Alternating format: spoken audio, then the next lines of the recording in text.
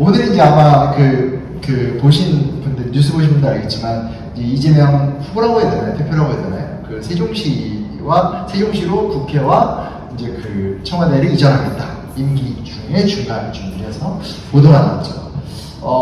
제가 공교로 일부러 그런 건 아닌데, 제가 이제 작년에 이제 건축학자 한 분하고 같이 이제 공동 연구를 수행했어요. 이제 그게 뭐냐면, 청와대를 이제 공간적 관점, 역사적 관점에서 어떻게 볼 것이냐를 작년에 했죠. 작년에 한 해 동안 같이 추진해서 작년 말에 이제 국제학술지 이렇게 등재를 했어요. 그래서 뭐 국제학술지 등재했다고 하면 이제 굉장히 화려해 보이긴 하지만, 국내 학술지든 국제학술지든 안 읽어주는 건 똑같다는 사실을 좀 확인할 수 있었고요. 근데 이제 그걸 했던 이유는 뭐였냐면 이거예요. 우리나라 역사를 살펴보면 이제 좀 연배가 있으시면 기억하시겠지만, 청와대는 굉장히 이렇게 은밀한 공간이었다가 노태우 대통령 때 청와대를 대대적으로 개보수를 합니다. 지금 가서 보실 수 있는 그 청와대 본관 건물이 노태우 대통령 때 만든 거고요. 아버지 부시 대통령이 만들기 전과 후에 와서 보면서 그걸 굉장히 노태우 대통령이 자랑하고, 대통령 자서전 중에는 아예 청와대를 한 챕터로 해서 쓴 유일한 사람이 노태우 대통령이에요. 이제 그러고 나서 이제 청와대를 둘러싼 가장 큰 공간의 변화는 김영삼 대통령 때입니다. 아시다시피 뭐 경복궁 막 앞에 있었던 조선 총독부 건물 부시고, 그 당시에 굉장히 파격적이었던 인왕산 등산길을 이렇게 개방하고 하면서 청와대가 많이 공개가 됐죠. 그 기조는 계속 내려왔고요. 그 기조가 내려오다가 노무현 정권 때 이제 소위 말하는 월드 헤리티지, 세계유산이라는 게 관심이 높아지니까 정권 차원에서 좀 전수조사를 한 다음에 이제 히스토릭 시티라고 해서 역사 도시 서울 하면서, 그때 이제 추진됐던 계획은 북악산까지 다 전면 개방을 한다. 청와대 개방 계획은 없었고요.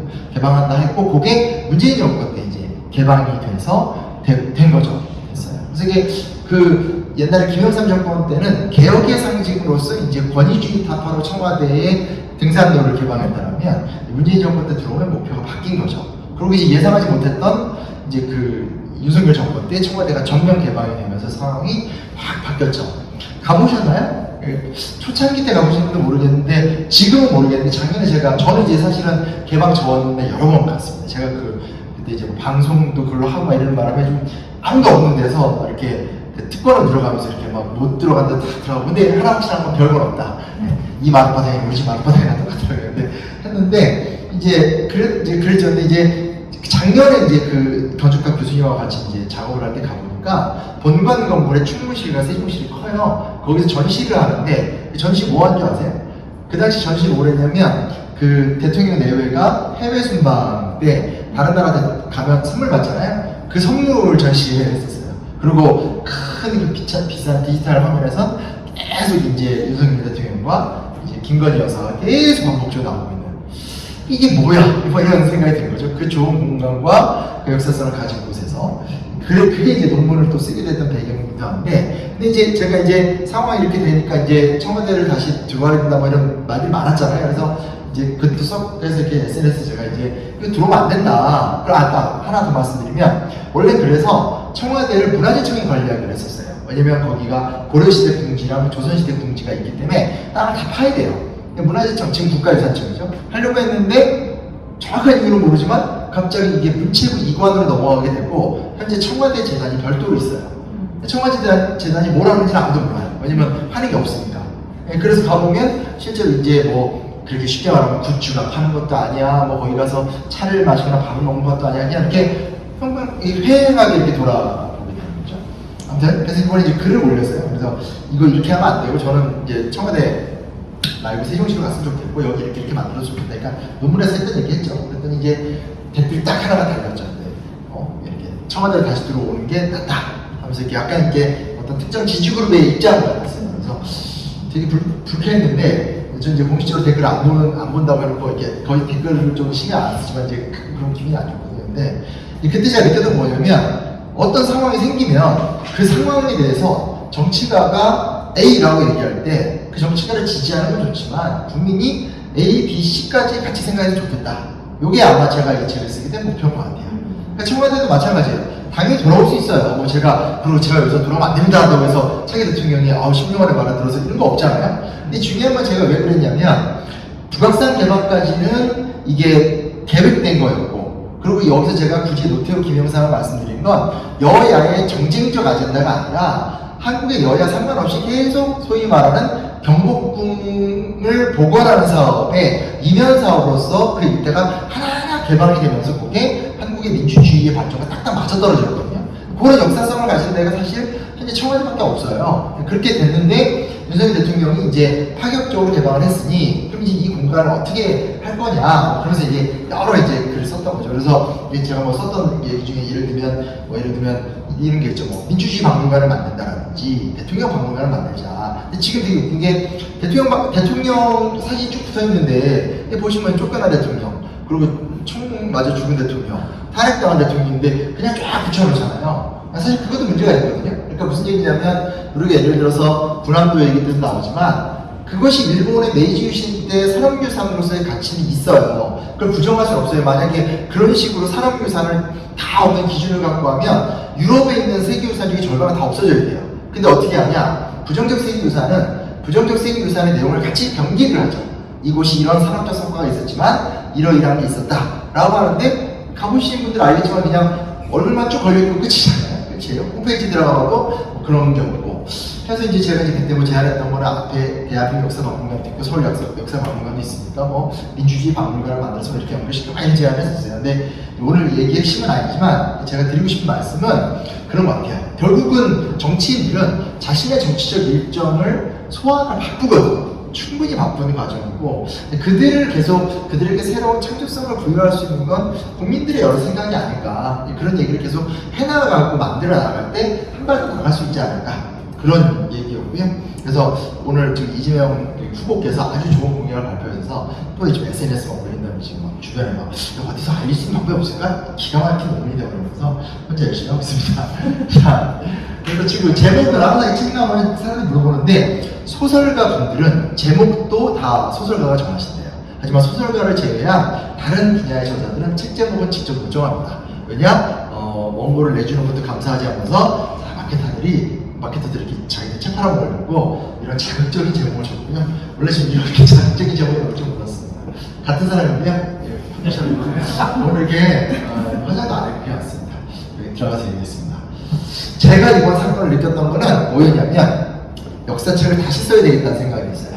잘하면. 그러니까 물론 이제 중간에 너무 많은 위기가 있었고 헌법재판소 판결 나기 전까지 너무 스트레스를 많이 받지 않았습니까? 혹시 여기 뭐 이렇게 오셨는데 제 강의를 이렇게 뭐 저기 신남성연대 친구 오고 그러진 않겠죠? 네, 어느 정도 방향은 이렇게 될 것 같아서 이제 저 이제 보통 되게 중립적인 거 하는데 이건 책이 중립적이질 않아요. 그래가지고 누가 그러더라고요. 저 인간마저 저렇게 뭐 이렇게 얘기하는데 어쩔 수 없습니다. 뭐냐면 학교에서 교과서 배울 때 산부혁명 그리고 이제 뭐 넣었다 뺐다 하지만 6월 6.3항쟁 그리고 이제 부마 민주항쟁 5.18 6월항쟁을 통해서 우리나라가 민주공화국이 됐다. 완결형으로 배워요. 근데 기억하시겠지만 완결되지 않았죠. 왜냐면 노태우 민정당 대표가 전두환 대통령에게 민주화를 건의하고 전두환 대통령이 허락하면서 6.29 선언이 집행이 됐거든요. 그러면서 그때부터 지금까지 근 30년, 40년간 지금까지 소위 말하는 과거의 권위주의 정권 세력과 그것과 맞서 싸웠던 소위 말하는 민주화 세력이 동거를 하면서 세차례 정권 교체를 하면서 왔어요. 근데 이따가도 다시 한번 말씀드리겠지만 계속 오면서 가장 큰 차이는 뭐냐면 뭐 누가 옳다 그르다를 떠나서 한쪽은 점점점 자신들이 갖고 있었던 자산이 없어지는 형국이었고 한쪽은 많은 갈등에도 불구하고 자신들의 어떤 정통성을 만들어가는 과정을 왔다고 저는 생각을 하고 그 기점에 결국은 이번에 그 윤석열 대통령이 대통령에 취임하고 2년 반, 그러니까 두 차례 탄핵이 있는 거죠.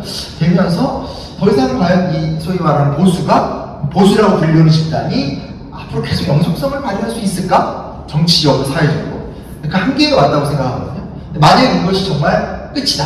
물론 이제 여파는 있겠죠. 앞으로 한 10년, 20년 정도는 극우적 세력과의 어떤 동거 같은 건 있겠지만 적어도 정치 집단으로서 보수라고 독재 세력이나 권위주의 정권이 아니라 보수 세력이라고 포장할 만큼의 뭔가 어떤 아젠다를 유지할 수 있는 그 힘이 이제 좀 떨어지지 않았나. 그러면 이 사건을 잘 처리하고 우리 사회가 새로운 형태의 진보와 보수라는 사회적 발전을 이루게 되면 한국의 민주화의 완성이라는 것은 87년이 아니라 2025년이 될 수도 있겠구나.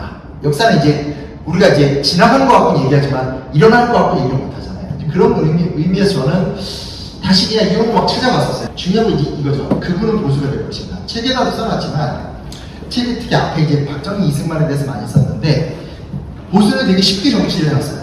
이 쉽게 정치를 하는 얘기를 정말 그분들 앞에서 이렇게 얘기를 다시금 해드리고 싶어요. 무슨 얘기냐면 문제의 원인은 김영삼 대통령입니다. 조컨 나건 김영삼 대통령이 상당 합당을 딱 하게 되면서 인구수로 비교가 안 되는 블록이 만들어지죠. 전라도, 경상도, 충청도 이어지게 되는 큰 벨트가 만들어지게 되면서 그걸 도저히 인구수를 깰 수가 없죠. 그거를 깨려면 DJ, 김대중도 DJP 연합이라고 해서 충청권을 인위적으로 끌고 와야 된다라든지, 그리고 노무현 대통령 때도 그 정문균, 이제 벌써 잊혀진 이름이죠. 축구협회장, 요즘엔 다른 축구협회장 때도 아닌데 하면서 이렇게 분위기를 몬다라든지, 혹은 이제 뭐라고 할 수 있을까요? 그래서 사실은 이제 아예 그냥 단일화된 후보로서 이렇게 딱 단독으로 했던 건 두 번째 문재인 대통령 때가 거의 유일한 것 같아요. 왜냐면 고전에도 이제 안철수와의 결합이라는 것도 되게 중요했던 문제이기 때문에, 이게 소위 말하는 3당 합당이라는 것이 만들었던 블록이 되게 커요. 근데 이제 재밌는 게 뭐냐면, 그 당시에 김영삼은 어찌됐건 전통적인 야권 사람이잖아요. 중도지만. 이 사람이 이제 대통령이 됐어요. 처음에 동아일보와 이 월간조선 이런 것들을 분석을 해보면 굉장히 긍정적으로 실어줘요. 김영삼의 소위 말하는 국민개혁에 대해서. 이 사람들이 언제 딱 바뀌기 시작하냐면 1994년, 95년부터 노조가 조금씩 바뀌어요. 그때가 이제 그때 바뀌게 되고, 그 다음에 결정적으로 예전에 그 성수대교 붕괴 사태 아시죠? 그게 딱 터지면서 그걸 기준으로 막 이제 공격하기 시작해요. 김영삼 정권을. 그러다가 월간조선을 보면 94년 말 95년에 누가 드디어 등장을 하세요? 박정희가 등장을 하기 시작해요. 그리고 그 기사 썼던 사람이 누군지 아세요? 조갑재 씨예요.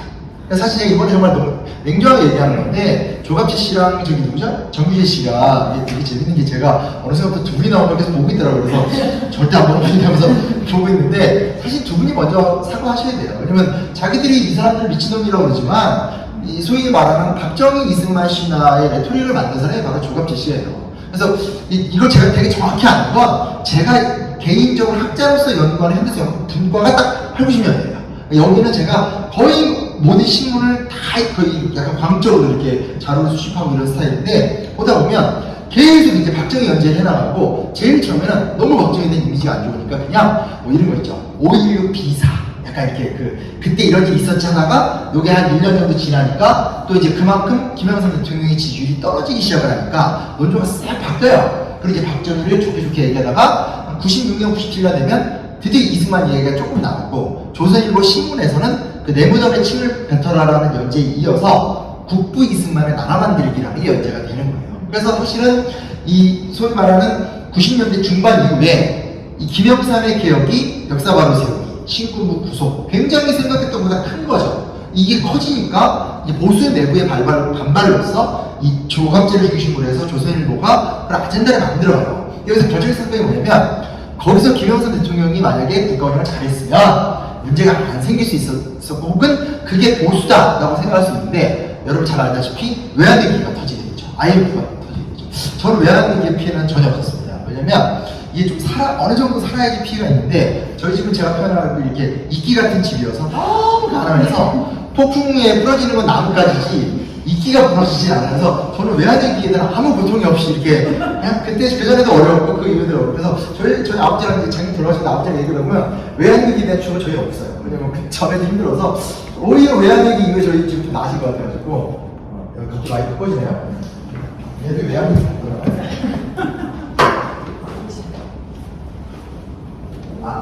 들리시나요? 근데 이제 외환위기가 터지면서 소위 말하는 김영삼 대통령의 지지율이 0점대에 떨어졌거든요. 공식 기록은 2%인데 제가 봤던 일요신문 기록은 0.2%도 있었어요. 아무도 안 좋아하죠. 그때 보수가 되게 쉬운 선택을 해요. 뭐냐면, 그럼 우리가 왜 이렇게 됐을까? 왜냐면 김대중 대통령의 자서전을 보면 어찌됐건 외환위기의 실정은 김영삼 대통령이 일어난 거니까 김영삼을 비판하는 게 맞거든요. 근데 김대중 대통령이 뭐라고 하냐면, 이번 외환위기의 본질은 박정희 때부터 내려온 정경유착과 부정부패와 잘못된 경제유산의 결과라는 거예요. 이게 어떻게 보면 이제 대안적 아젠다를 김대중과 야당이 만들 때 사실 그때 되게 쉬웠죠. 김영삼을 탈당시켜버리고, 그 다음에 뭐예요? 이회창이란 그때만 해도 보수가 굉장히 이제 소위 말하는 문민개혁에 영향을 받았기 때문에 깨끗한 보수에서 이제 이회창을 세웠죠. 그리고 이제 외환위기 이후부터 여러분 잘 알다시피 소위 말하는 새롭게 만들어진 박정희 이승만 당군이 완전히 세상을 이제 휩쓸게 되는 거죠. 그래서 그때 이제 했던 게 뭐냐면 이제 개혁이 대수냐, 민주주의가 대수냐, 밥이 하늘이다 이런 말들이 이제 그때 막 등장을 하게 됐던 거죠. 그리고 그 결과가 뭐죠? 그 결과가 바로 소위 말하는 이명박과 박근혜의 등장인 거죠. 그 소위 말하는 1970년대 때 현대건설 사장 회장으로서 중동의 신화를 이끌던 이명박의 747 공약 기억 안 나세요? 7% 성경 이런 거 우리나라 너무 많이 바뀌어서 기억이 안 난다고 제가 뭐 탓하진 않습니다. 저도 다 기억 안 나요. 그리고 박근혜 대통령은 이제 그분의 딸이죠. 제가 이제 그분의 딸이라는 말을 쓰는 건 저희 아버지는 박정희 대통령을 항상 3인칭 존칭 대명사를 부르셨기 때문에 저도 박정희 대통령보다 그분이나 나가 좀 편합니다. 나름 좀 보기 개그를 치는 건데 여기서는 시험국에서 이런 개그가 안 먹힌다. 근데 문제가 어떻게 됐죠? 이명박 정권 때 747 하나도 안 됐잖아요. 다 알고 있단 말이에요. 그리고 심지어 이게 되게 웃긴 얘기지만 예전에 썰전에서 강용석 씨가 그건 거짓말인 거 우리도 다 알고 있었다면서 낄낄대던 장면이 있었어요. 제가 그 썰전을 보면서 가장 불쾌했던 장면이었어요. 왜냐면 어떻게 자기들이 거짓말인 걸 알고 그런 공약을 하지? 너무 불쾌했었어요. 그리고 이제 박근혜 정권은 여러분 알다시피 이제 5년 임기를 못 채웠죠. 근데 이게 논리적으로 맞는 게 뭐냐면 한국은 명분을 중요시하는 나라입니다. 그러니까 뭔가를 하려면 가치와 방향과 이상이 있어야 되는 나라예요. 그게 설득이 되지 않는 어떤 한국의 문화가 없어요. 그래서 한류 우리나라 드라마 되게 유행했을 때 초창기 때 막 특파원들 가서 막 그 브라질이나 라틴 아메리카 사람들한테 물어봐요. 왜 재밌냐고 하니까 권선징악이 뚜렷해서 재밌다는 한국 스타일 알죠? 그러니까 나쁜 놈이 아무리 난리를 쳐도 결론은 그 자식은 망하거나 아니면 그 자식이 회개하거나 딱 둘 중에 하나거든요. 제 생각에 회개는 약간 기독교 영향인 것 같은데 여튼간에 근데 이 소위 말하는 두 개 무너졌단 말이에요. 박정희 신화가 끝난 거죠. 지금 박정희 신화는 이야기할 의미가 없어요. 먹히지 않아요. 근데 그러고 남은 건 뭡니까? 이승만 신화예요. 이승만 신화라는 건 정말 그나마 박정희 신화는 그래도 어느 정도 근거가 있는 신화라면 이승만 신화는 정말 뇌피셜 오브 뇌피셜이거든요. 어떤 근거를 차지할 수가 없어요. 그 영화 건국전쟁 나왔었을 때 이제 그때 한겨레신문에서 저한테 글을 써달라고 한 거예요. 근데 그 글을 쓰려면 영화를 봐야 되잖아요. 제가 하고 싶지 않잖아요. 그래서 안 하겠다 했는데 주말에 이제 돌풍이라고 인기 뭐 10만 명 돌파하니까 열받잖아요. 그래서 제가 하겠습니다. 제가 부정하였죠. 그래서 저희 동네에 극장을 갔는데 저는 정말 보는 사람이 저밖에 없을 거라고 생각해서 와이프랑 둘이서 이제 아이패드 갤럭시 탭 하나 들고 와서 이제 메모 하면서 보려고 했는데 갔더니 저희 동네 1000원 CCTV가 텅텅 비는 데거든요. 언제 망할지 모르는데 한관이 꽉 차 있는 거예요. 그러더니 영화가 한 중반쯤 되니까 우는 소리가 들려요. 근데 끝나고 내려갈 때 어르신들이 내려가면서 우리 애들한테 역사를 가르쳐야 된다고 그래서 제가 진짜 어르신 잡고 역사 가르쳐드린 거였는데 이렇게 됐죠. 그러면서 근데 이제 그 당시에 그래서 그때 썼던 기사가 이승만 건국전쟁의 4가지 오류 이렇게 썼어요. 왜냐면 뭔가 기사가 악구가 있으려면 딱 선이 정확히 보여야 되기 때문에 4가지 썼지만 사실은 영화 2시간에서 이게 소위 말하는 맞는 얘기 한 개도 없어요. 맞는 얘기 한 개도 없어요. 근데 그랬죠? 근데 그날 기사가 나간 날에 공교롭게도 조중동에서 이제 건국전쟁을 엄청 띄우는 수십 개의 기사가 나간 날인데 저 혼자 이제 비판하는 기사가 나와서 2시간 만에 악플을 3,000개를 먹었어요. 그래서 악플도 이제 적당히 먹어야 상처가 되는데 한 번에 3,000개씩 먹으면 기분도 좋고 약간 꼭 맞은 것 같고 묘했던 경험입니다. 근데 여튼간에 말씀드리고 싶은 게 뭐냐면 결론은 뭐냐? 이제 끝난 거죠. 이승만 신화조차도 끝났죠. 지금 뭐 김문수 씨가 다시금 박근혜 어쩌고저쩌고 얘기하지만 이게 얼마나 설득력이 있겠습니까? 끝났어요. 그럼 남아있는 아젠다는 하나밖에 없거든요. 혐오, 왜곡, 공격, 중국 빨갱이. 왜냐면 이제 정말 종북이라는 단어는 안 먹히니까 이렇게 가는 거기 때문에 정말로 정강원에서부터 전환기까지 오는 요게 정말 앞으로 한 10년, 20년 정도는 사회적인 정치에 영향을 분명히 줄 수 있다. 이 간과하면 안 되는 게 실제로 문재인 정권 초기 때 거리의 태극기 집회에서 어르신들이 했던 얘기도 있어요. 군은 뭐하냐? 군을 동원해라. 계엄령을 때려라. 놀랍게도 3년 만에 7년 만에 이루어졌죠. 그것도 우리가 만약에 그분과 보수가 되면 저는 이거 크게 생각하지 않았는데 말할 수 없는 좀 사회적 폐해를 우리가 또 감당해야 되지 않을까 고민이 되고요. 역사학자들은 역사를 언제나 낙관적으로 얘기하려고 노력을 해요. 그래도 역사를 받지 않아. 왜냐면 선설시대보다는 역사시대가 낫고 고려시대보다는 조선시대가 낫고 조선시대보다 지금 낫거든요. 아니라고 하는 사람도 있지만 그건 안 살아봤을 거라고 생각해요.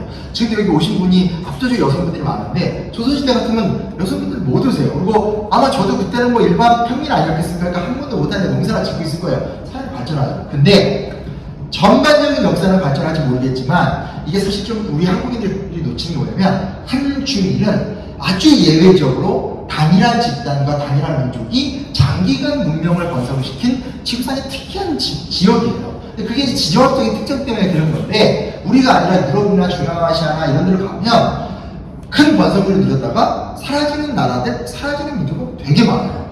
예를 들면 우즈베키스탄 들어보시죠? 우즈베키스탄이 우즈벡 쪽의 신화를 갖고 왔거든요. 근데 현재 우즈베키스탄에는 우즈벡 쪽 한 명도 없어요. 한 명도 없어요. 있으면 거짓말이에요. 왜냐면 우즈벡 쪽은 사라졌거든요. 역사 속에. 완전히 멸절을 당하고 혹은 이 혈통은 남아있을지 모르더라도 문화적으로 다 이렇게 돼버렸기 때문에 없어요. 그건 무슨 얘기냐면 조선왕조라는 게 우리가 조선왕조 얘기 많이 할 때 항상 나오는 게 이제 조선이 굉장히 거창하게 시작했잖아요. 토지기업도 하고 정도전 세금도 하다가 조선 중기 때 당장하다가 후기 때 완전히 말도 안 되게 무너지는 걸 보는데 막판에 가면 사실은 일제가 쳐들어와서 무너진 것도 있지만 뭐 소위 말하는 세도 정치기라든지 이런 데 되면 그리고 우리는 영조 정조를 굉장히 좋게 얘기하지만 사실은 숙종 영조 정조 때도 거의 14세기 패러다임을 반복하고 있는 거기 때문에 같은 시기 때 유럽이 뭐였냐 같은 시기 때 중국이나 일본이 뭐였냐 유럽까지도 갈 필요 없어요. 일본이 뭐였냐 이런 거 보더라도 아예 비교가 안 돼요. 그러니까 예를 들면 제가 이제 얼마 전에 책을 하나 사서 읽으면서 책 제목이 아예요. 호색 일대단이라고 해서 제가 그걸 여기서 우리 아이 가지고 변태라고 해서 야 같이 20년 넘게 살아서 무슨 변태냐 이렇게 얘기했는데 그 에드워드 때 되게 유명한 통속 소설이에요. 그 내용을 보면 이 남자 주인공이 평생을 살아가면서 정말 그쪽밖에 관심이 없어요. 그래서 여성 3,400명과 사랑을 나누고 남성 240명과 사랑을 나누고 제일 마지막에 자기랑 비슷한 쓰레기들을 7명을 모아서 그 호색국으로 떠나면서 사실을 끝나요. 근데 그걸 읽어보면 그래서 전 사실 이제 오해지 마세요. 양을 읽으러 본 게 아니고 이제 그 에도 시대의 문화를 좀 검토하는데 그 사람 책이 얼마 전에 번역이 됐어요. 그래서 제가 바로 사서 보는데 저는 그래서 좀 재미가 있을 줄 알았는데 온갖 이 육각세계의 어두운 이야기만 계속 나와서 너무 읽으면서 스트레스 받아가지고 아 내가 기대했던 것이 아닌데 그래서 봤는데 뭘 얘기하는 거냐면 조선 후기 얘기하면 우리도 김홍도 있어 이런 얘기 막 하잖아요. 신유국 있어. 김홍도가 어떤 화가예요? 국가 도화서 화원이잖아요. 김홍도의 그림을 누가 소비해요? 왕이나 양반들이 소비하죠. 근데 우키요에라든지 제가 말한 이런 것들은 일본의 대중이 소비를 하거든요. 그러니까 여기서 말하는 대중은 목표나 가치를 추구하지 않고 즐거움을 줬고 문화를 누리는 계층이 대거의 탄생이에요. 이게 사실 중국은 이미 송나라 때부터 있었고 송나라 때부터 있었다는 건 고려시대 때부터 있었다는 거고 일본은 에드워드 때부터 있어요. 그리고 끝내 등장하지 않아요. 발전이 안 돼요. 화가의 숫자가 훨씬 적고 그러다 보니 망하거든요. 그러니까 제가 한 번도 살면서 저는 이제 어찌됐건 그러니까 이 뭐라 해야 되나 민주화 이후에 이제 삶을 막 살아가야 되니까 발전하는 것밖에 본 게 없던 것 같아요. 그래서 아무리 시끄러워도 김영삼 대통령 괜찮은 것 같고 아무리 시끄러워도 김대중 대통령 다 해결하는 것 같고 나는 노무현 대통령이 좋은데 왜 이렇게 욕해? 뭐 이명박 대통령도 뭐 열심히 하잖아 뭐 약간 이런 그러다 이제 어느 순간 이게 아닌데 이렇게 느끼게 되는데 이게 그냥 뭐 한 명 뽑는 걸로 문제가 되면 모르겠는데 이러다가 우리나라에 채워져야 될 시스템이 붕괴를 하고 갖춰져야 될 어떤 구조가 무너지고 나면 근데 진짜로 이제 정체가 돼버리죠. 그래서 저는 좀 위기가 아닌가. 특히 제가 여기다 이런 말을 쓰게 되는 이유는 뭐냐면 그리고 이거 제가 써도 잘 안 읽히는데 써다 보면 점점점 한국 사람들의 기대치는 사람으로 몰려요. 근데 누누이 말씀을 드리는 거지만 그 과거에 한국 사람들이 인물 중심으로 몰리는 이유는 여러 가지가 있겠죠. 조선왕조가 워낙 조선왕조 고려왕조 때부터 너무나 중앙집권에 익숙해져 있기도 하고 이승만 박정희 전두환 노태우 같은 이 카리스마 있는 독재자들을 경험했고 그 카리스마 있는 독재자들하고 싸워야 되니까 김영삼, 김대중 같은 카리스마 있는 지도자에게 또 의지를 해요. 근데 저는 그게 김영삼, 김대중까지는 통했다고 생각을 해요. 왜냐면 이 사람들은 되게 오랜 기간 동안 정치를 했죠. 그리고 그 사람들에 대한 지지가 그 시대를 기억하시는 분들 아시겠지만 이게 그냥 지지가 아니라 정말 절대적 지지. 선생님. 이게 지금 저희 아버지가 사실 원래 김영삼 빠였다가 외환위기 터지면서 박정희에 넘어갔는데 저희도 외갓집이 전라도예요. 제가 어렸을 때 기억나는 건 아버지랑 큰애 삼촌이 술 먹고 둘이 취해서 원래 그런 사람들이 아닌데 술병 깨고 김영삼이랑 김대중이 하고 저희 집에 싸웠던 적이 있었습니다. 그래서 그거는 너무 짜증나는 이야기여서 한 번 얘기가 엄마가 그럼 정말 추하니까 어디서 얘기하지 마라. 근데 더 놀라운 건 저희 좋아하시는 저희 외삼촌도 저희 아버지도 그 얘기 스스로 너무 부끄러워서 한 번도 얘기를 안 하시는데 문제 제가 초등학교 때 봤다는 거죠. 너무 궁핍했던 기억인데, 근데 뭐냐면 그랬던 시대가 있죠. 그리고 그때는 사실 아젠다가 정확했단 말이에요. 군대를 척결해라, 뭘 척결해, 이게 뭐가 이렇게 아젠다가 정확했는데 지금은 사회는 고도화되고 있어요. 그리고 그 고도화된 문제를 풀어간다는 게 간단한 문제가 아니고 장기적 전망과 이론이 필요하죠.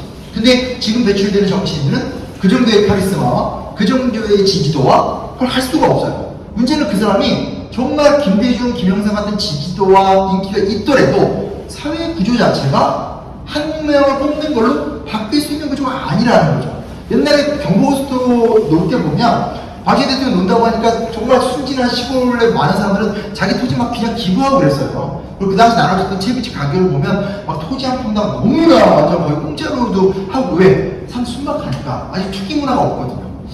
이런 부분이 좀 연관이 된다고 말씀드리고 싶고요. 그래서 책을 썼다. 이런 얘기 너무 길게 했고요. 이거 좀 간단히 말씀드리면 물 한 번만 마시겠습니다. 근데 얘기 잘 듣고 계신가요? 네. 재밌을지 집중되고 계세요? 네. 제 말이 빠르죠? 제 말이 빨라요. 근데 옛날에는 제일 처음에 한 10년 전에 세상에 나와서 활동할 때는 제일 많이 듣는 게 어르신들이 말 좀 천천히 하라. 내용 좋은데 말만 천천히 하면 좋겠다고 하는데 진짜 되려면 됩니다. 지금은 그런 소리 아예 안 해요. 왜냐면 유튜브가 이게 보편화가 되면서 1.5배속 문화가 익숙해져서 요즘 가서 유튜브 보면 어르신들도 적당하다고 좀 더 빨리 해주세요 이렇게. 여기서 제가 진짜 빨리 하면 못 알아주실 거예요 얘기하는데 그렇습니다. 박정희, 이승만 이건 아까 했던 얘기도 한데 나온 김에 그냥 말씀드리겠습니다. 이승만은 이게 아주 논란이 되고 이번에 또 김문수 씨가 얘기해서 말씀드리는 건데, 그 이승만의 업적을 이야기할 적에 이 건국전쟁에 보면 이제 두 가지가 나와요. 이제 지금 김문수 씨만 얘기하는 게 아니라 이명박 대통령 때 국무총리였었던 그 정을찬 씨도 조선일보에 얼마 전에 칼럼을 썼어요. 이승만 업적을 이렇게 두 개를 이야기할 적에 농지개혁하고 그리고 한미방어 상의조약 약을 얘기합니다. 근데 일단 이거 자체가 문제예요. 왜 문제냐? 농지개혁은 1949년이고 한미상호 방위조약은 1953년이에요. 집권 초기예요. 근데 언제까지 했어요? 1960년까지 했어요. 그러면 도대체 한국전쟁이 끝난 다음에, 그러니까 쉽게 말하면 좌우활동과 한국전쟁이라는, 돌아보면 그때 좀 잘했으면 좋았는데라고 말을 하지만 사실 객관적이고 냉정하게 따져봤었을 때 전 세계에서 민주주의를 훈련받지 않은 집단들이 해방을 맞이했었을 때 대부분 다 내전을 치거든요. 내전을 안 치는 나라가 없어요. 중국은 정말 오랫동안 내전을 벌였고, 사실은 우리나라의 분단이라는 것도, 그러니까 많은, 특히 저희같이 역사 현대사품과에서 그때 46년까지 그래도 아직까지 기회가 있었다라든지, 모르게 좀 가장 속된 얘기는 그때 김구가 이승만하고 친하게 지내지 말고 여운형하고 좀 친하게 지냈으면 됐다라든지, 이런 식으로 얘기를 많이 하지만 그건 사실 이렇게 지나간 시간 이렇게 짧아서 이야기를 하는 거고, 냉정히 따지면 해방이 됐었을 때 우리나라만이 아니라 모든 나라들이 다 내전을 경험해요. 왜? 제국주의와 식민지의 세계 속에서 이론이라는 걸 머릿속만 공부해봤지 경쟁의 경험, 공존의 경험이라는 걸 해본 적이 없거든요. 말이 좋아 공존이고 다양성이지, 그게 사실은 적을 못 죽이니까 공존하는 거고, 적을 죽이는 것보다 같이 지내는 게 나니까 그냥 하는 거거든요. 못 해봤으니까 전쟁이 일어났죠. 근데 지금 보면 이승만 대통령의 업적은 일단 다 그 비상식국밖에 없어요. 그걸 업적으로 한다면 농지개혁과 한미상호 방위조약, 나머지 우리 사회가 안정되고 제1공화국으로 들어가서 소위 말하는 국가를 이제 발전시킬 기간 동안에는 하나도 업적으로 이야기하지 않아요. 일단 문제가 있죠. 두 번째, 농지개혁 얘기를 많이 합니다. 농지개혁은 단언을 할 수 있습니다. 일단 농지개혁에서 이승만 대통령의 영향이 있었냐? 있었어요. 이걸 이제 진보진영에서 뭐라고 하냐면, 이제 이렇게 역사도 막 요즘 보시고 이런 거 있잖아요. 근데 뭐라고 하냐면, 조범암이 다 한 거다. 농림부 장관 조범암이 비해를 다 했다. 그 얘기도 불완전해요. 왜 불완전하냐면, 농림부 장관 누가 만들어줬는데요? 이승만이 만들어줬어요. 그리고 무엇보다 이 무소속 불합부가 내었던 초기 농지개혁안을 한민당 계열이 이거 부시려고 해요. 근데 그걸 끝까지 지켜주면서 이 농지개혁을 밀어붙였던 건 이승만 정권이 맞아요. 그러니까 이승만 대통령의 업적은 있어요. 근데 이건 있다라는 거지, 이게 이분의 완전한 전륜 업적이다라는 얘기는 아니에요. 왜 그러냐? 두 가지 이유가 있습니다. 하나는, 좋아, 농지개혁은 잘했어. 근데 같은 기간에 일어난 일들이 뭔지 아세요? 같은 기간에 일어났던 일이 7.9 4.3 사건, 북해 프라이치 사건을 통해서 반민특위 와해, 그 다음에는 김구 대통령이에요. 김구 선생 암살, 이게 딱 일어나게 되면서 남한 공간에서 자율적 영역으로 자라고 있던 소위 양심적 민족주의 세력이 완전히 멸절되고, 제주도라든지 여수, 순천에서 상상을 초월하는 민간인 학살이 일어났어요. 4만 명 이상 되잖아요. 그죠? 이게 같은 시기에 추진이 되는 거예요. 시기적으로 48년, 49년이니까. 근데 같은 시기에 추진이 됐는데, 이거는 업적이고, 이거는 과외. 그래서 이걸 띄워. 이런 객관적이지 못한 모습이 어디 있어요. 그죠? 네. 못하기도 많잖아요. 야구 따지면. 두 번째, 이거 더 큰 문제 뭐가 있냐? 그러니까 맥락을 보면 이승만 대통령은 지주 정당인 한민당을 견제하기 위한 목적이 강했다는 거죠. 그러니까 본인의 정치적 주도권을 확실하게 잡기 위해서 무슨 소크라고 하는 얘기가 어차피 이승만 해외 출신이니까 우리 아래 토지 많이 갖고 있는 사람도 아니고 농지개혁의 효율성이라는 건 이승만 다 알고 있었으니까 하는 거죠. 이게 너무 그런 거예요. 그 다음 뭐가 더 있냐? 농지개혁은 당시 50년대 때 정치가 그렇게 상식이에요. 상식. 농지개혁을 얘기하지 않았던 정치가를 한 명이라도 데려가보세요. 한 명도 없어요. 방법을 풀어가는 데 있어서 조금 입장 차이가 있지만 이거는 여러분 잘 알다시피 동학농민운동 같을 때 적절하게 드러나고 아니 그 당시 한국인들이 알고 있던 조선 역사가 뭐예요? 과적법으로 시작하잖아요. 조선이라는 나라의 시작점이 굉장히 독특한 게 애초에 토지개혁을 해서 자연농을 계속 육성하고 시작하고 그게 적어도 조광조까지는 비슷한 형태의 토지개혁론이 입으로라도 나와요. 그리고 나중에 가면 그 정도는 안 나오더라도 그래도 유사한 발언들이 끊어지지 않고 나오거든요. 그 동학농민운동 때 그게 또 표출이 되기도 하고. 그렇기 때문에 사실은 당시에 이승만만이 아니라 굉장히 보수적인 정치가들도 토지개혁을 다 하던 얘기였어요.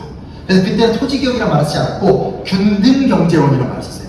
우리가 균등하게 살아야 된다. 왜냐면 평등이라는 단어 그때 못 쓰는 게 북한이 있었기 때문에. 그 중에 좀 놀랄만한 얘기를 하나 해볼게요. 여기 오셨으니까 뭐 하나를 어디 가서 아는 척하기 딱 좋은 거 있잖아요. 박정희 대통령이 아시죠? 저는 이제 마크를 주변에서 넌 변태들에게 얘기하는데 저희 집에 저희 연구소에는 그 도서관이 하나 있습니다. 도서관에 정말 희귀한 자료들이 많아요. 근데 그 중에 하나가 뭐냐면 이제 그 박정희 대통령 저작물이나 전두환 자서전, 노태우 자서전 이렇게 차마 갖고 싶지 않은 물건들이 저쪽에 되게 많고 그걸 제가 항상 열심히 보고 있다는 그래서 저번에는 그것만 한 일주일 보니까 내가 갑자기 뉴라이트가 되더라고요. 그래서 잠깐 진영이 헷갈린다 이렇게 들었는데 뭐냐면 박정희 대통령이 자기 이름으로 낸 저작이 4권 있어요. 물론 자기가 쓰지는 않았어요. 그러나 박정희 저로 나와 있는 저작이 4권 있어요. 첫 저작이 1962년에 나온 우리 민족의 나갈 길이라는 책이에요. 그래서 그때부터 이제 뭐 민족의 저렇게 해서 78년까지 책이 4번 나가기 때문에 이건 박정희 저라는 얘기는 박정희의 세계관이 압축되어 있다는 얘기죠. 근데 우리 민족의 나갈 길은 62년이니까 군사쿠데타 이후에 민선 선거로 넘어가는 단계예요. 그러니까 내가 이제 대선 후보로 나가니까 이번에 나왔잖아요. 저기 오세훈 시장이 다시 성장이 나오면서 그분은 왜 그런 거 아니 그 나중에 이렇게 하는데 보면 이 챕터 첫 제목 이 챕터에 자기 주장을 펼쳐나가는 데 있어서 소제목이 뭔지 아세요? 경제적 평등이에요. 이건 놀라우실 거예요. 박정희가 경제적 평등 그리고 거기 뭐라고 나오냐면 우리는 그러니까 박정희 테레비 마크는 산업화잖아요. 산업화해야 되는 이유는 또 경제 성장을 해야 되는 이유는 경제적 평등을 달성하기 위해서라는 거예요. 우리가 지금 그러면서 나오는 말씀들 그러면서 항상 누굴 까냐? 이승만을 까죠. 저 기본적인 전력사업화가 해내지 못했던 저열한 이승만 정권과 이승만 정권 못지않은 장면 정권의 폐를 4.19 혁명이 응징했고 내가 그걸 이룬다. 그러니까 일단 혁명론도 박정희는 4.19를 완성시키겠다는 게 그러니까 굉장히 뚜렷한 민주적 정서가 있죠. 근데 이거는 유신헌법에도 그렇게 나와요. 4.19 의거와 5.16 혁명을 그렇게 나와요. 명분인 거죠. 근데 플랜을 보더라도 방금 얘기했듯이 소위 말하는 산업성장을 통한 경제적 완성. 그러면 경제평등이 뭐냐? 그 다음 챕터를 보면 경제적 평등을 통해서 사회적, 문화적 평등에 도달한다는 거예요. 전형적인 균등경제론이죠. 이게 박정희 시대로 나와요. 즉 60년대까지만 하더라도 이런 생각을 대한민국 사람들이 많이 하고 있었고 이런 생각을 좋아한다는 거예요. 요즘 신기하지 않으세요? 이렇게 약간 놀랐으면 좋겠네요.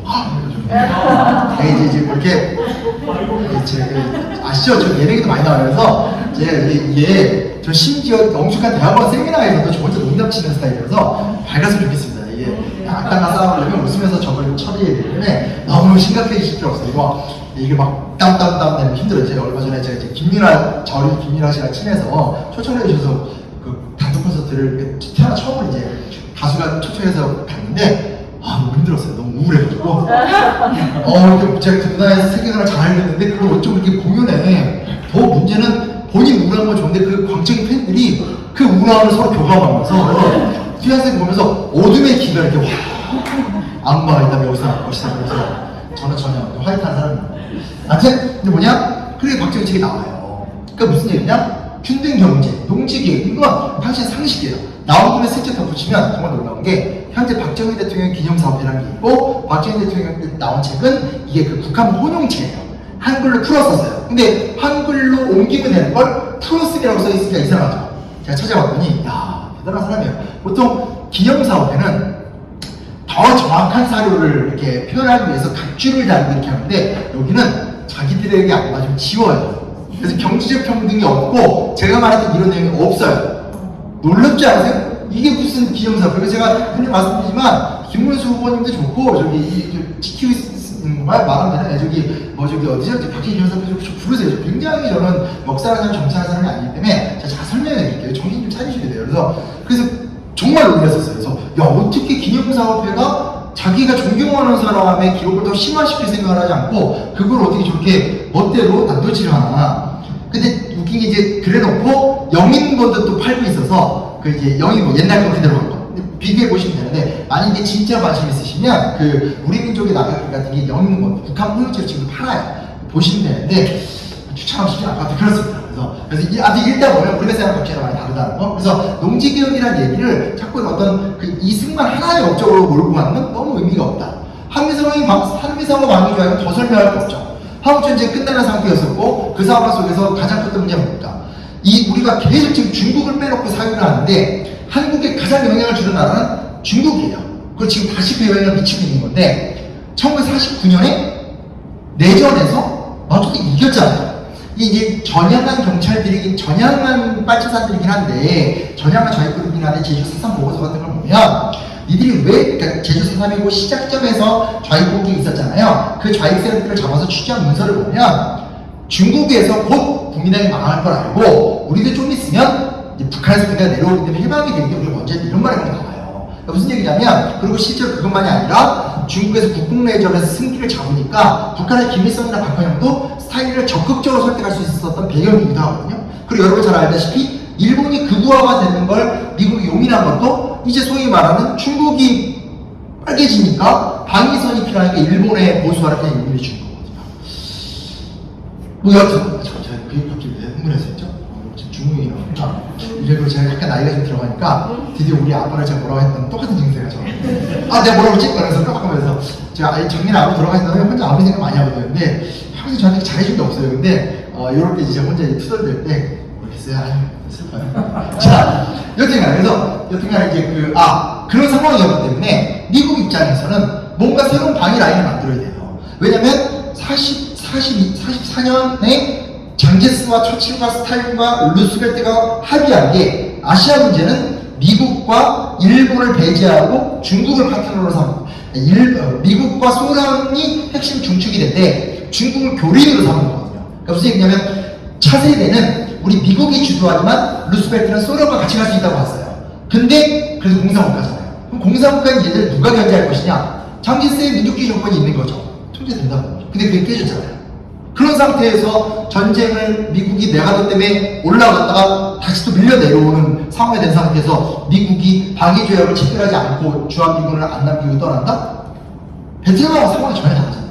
더군다나 가장 큰 차이는 베트남 전쟁은 민족주의 세력이 공산주의 세력이 흡수가 되어 있는 상태고 그런 상태에서 어용 정권이 지금 프랑스건 미국이건 북베트남하고 싸우고 있는 거고 우리는 어찌됐건 좌우가 나뉘어서 격전을 벌이고 있는 상황이기 때문에 미국 입장에선 여기는 투자하면 남는 게 있다고 보죠.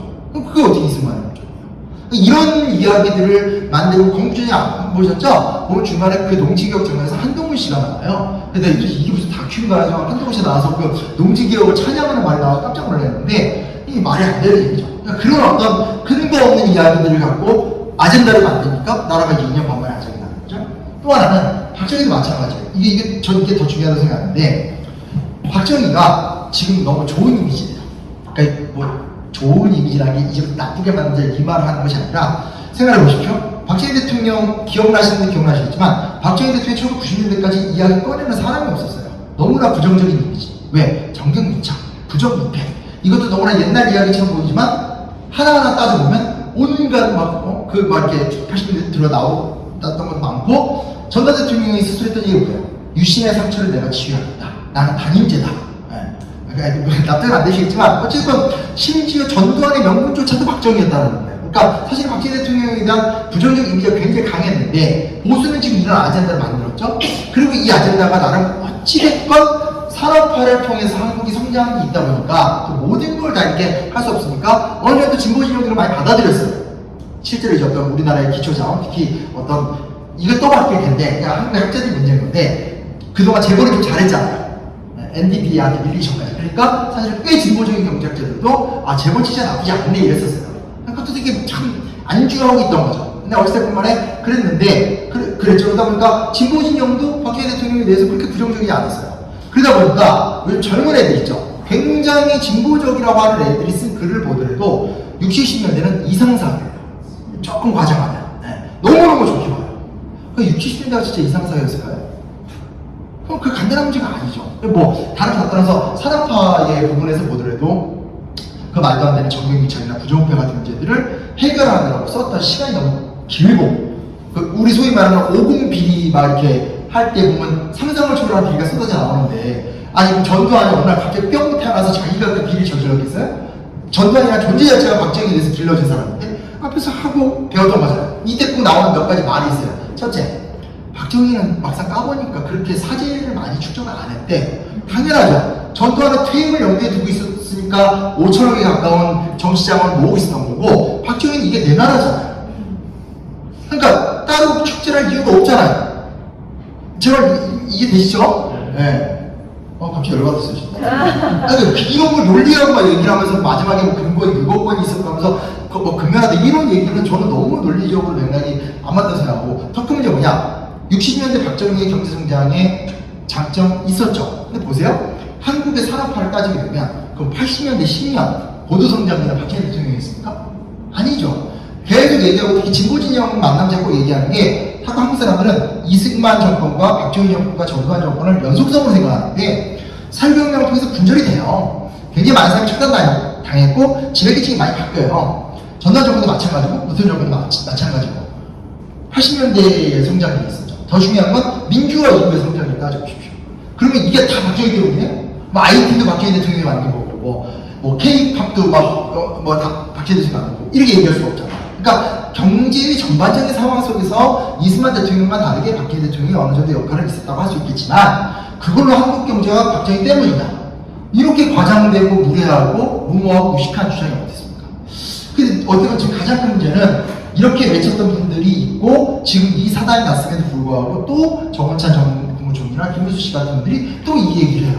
그럼 남은 건 이 끝발을 안 먹히거든요, 사람 사이에서. 그럼 이제 정말 남은 건 이제 혐오와 왜곡 이런 식으로 갈 수밖에 없게 되는 거죠. 좀 걱정이 되는 거고요. 네. 요거는 재밌죠? 찾았어요. 재밌죠? 근데 요거는 제가 일단 시간 잡았습니다. 그 다음 이와 이제 볼 수 있는 진보가 되냐면 요 그림 좀 낯설시죠? 뭔지 모르겠죠? 동강댐 반대라는 거예요. 제가 왜 보여드리냐면 제가 아까 처음에도 청와대 얘기했는데 지도자주의 저는 한계가 있는 것 같아요. 김대중 대통령이 워낙 똑똑한 사람이고 그분이 했던 게 워낙 중요했던 역할들이 많았기 때문에 어떻게 보면 이제 여권만이 아니라 야권 진보 세력들도 또 다른 어게인 김대중이라는 환상 속에 있는 것 같아요. 아까도 말했지만 그 정조나 영조가 어게인 세종이에요. 근데 그 시대가 안 맞거든요. 어게인이 안 되는 상황이죠. 저는 그리고 그렇게 할 게 너무 사회적 고도화가 됐다고 생각하는데 이제 제가 이걸 왜 보여드리냐면 제 친구가 이제 환경운동이라고 있는 친구가 있어요. 지금 이제 옮겼는데 대학교 동기예요. 특별해요. 여자인데 한문은 이성적 감정은 0, 서로에게 0이고 이렇게 친구로 지금까지 지내는 친구인데 대학 처음 들어갔을 때 과방에서 만났던 첫 친구인데 지금 연락을 하고 계시네요. 걔랑 제가 90년대 후반에 대학 졸업할 때쯤에 야 너는 뭐 할 거야? 서로 막 얘기하다가 둘 다 되게 이상주의자여서 저는 그때 난 인문학 운동을 할 거야. 걔는 나는 시민운동을 할 거야. 그래서 그때가 이제 21세기 위원회를 해서 박원순 시장이 뭐 이렇게 시민운동 열고 그럴 때인데 걔가 이제 그때 들어가서 환경운동이라고 평생 있었어요. 제가 아는 사람 중에 이렇게 되게 잘난 척 하던 애들이 많았지만 끝까지 자기 길을 가는 건 딱 그 친구 하나밖에 없었어요. 항상 그 친구한테 많은 빚이 있죠. 왜냐면 그 길을 간다는 게 얼마나 많은 걸 포기하고 살아야 되는지 제가 알고 있기 때문에. 걔가 뭐 부탁하면 제가 다 해줘요. 그냥 도와줘요. 근데 오늘 갑자기 저희들이 다큐를 찍게 돼요. 저를 강원도 영월로 데려갔어요. 강원도 3시간을 가서 데려갔죠. 데려가가지고 갔는데, 강원도 영월 아시죠? 이렇게 맛있게 꺾여 있고, 거기 이렇게 래프팅 되게 유명하고.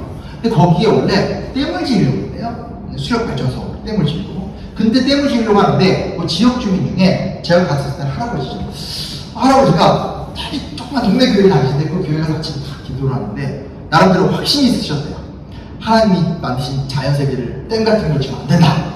확신하셔가지고 와이프를 설득해서 와이프도 맞다 했는데, 이 두 부부가 그 지역 일꾼이세요.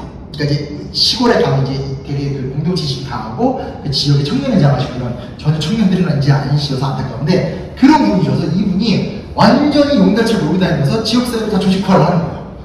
투쟁하고.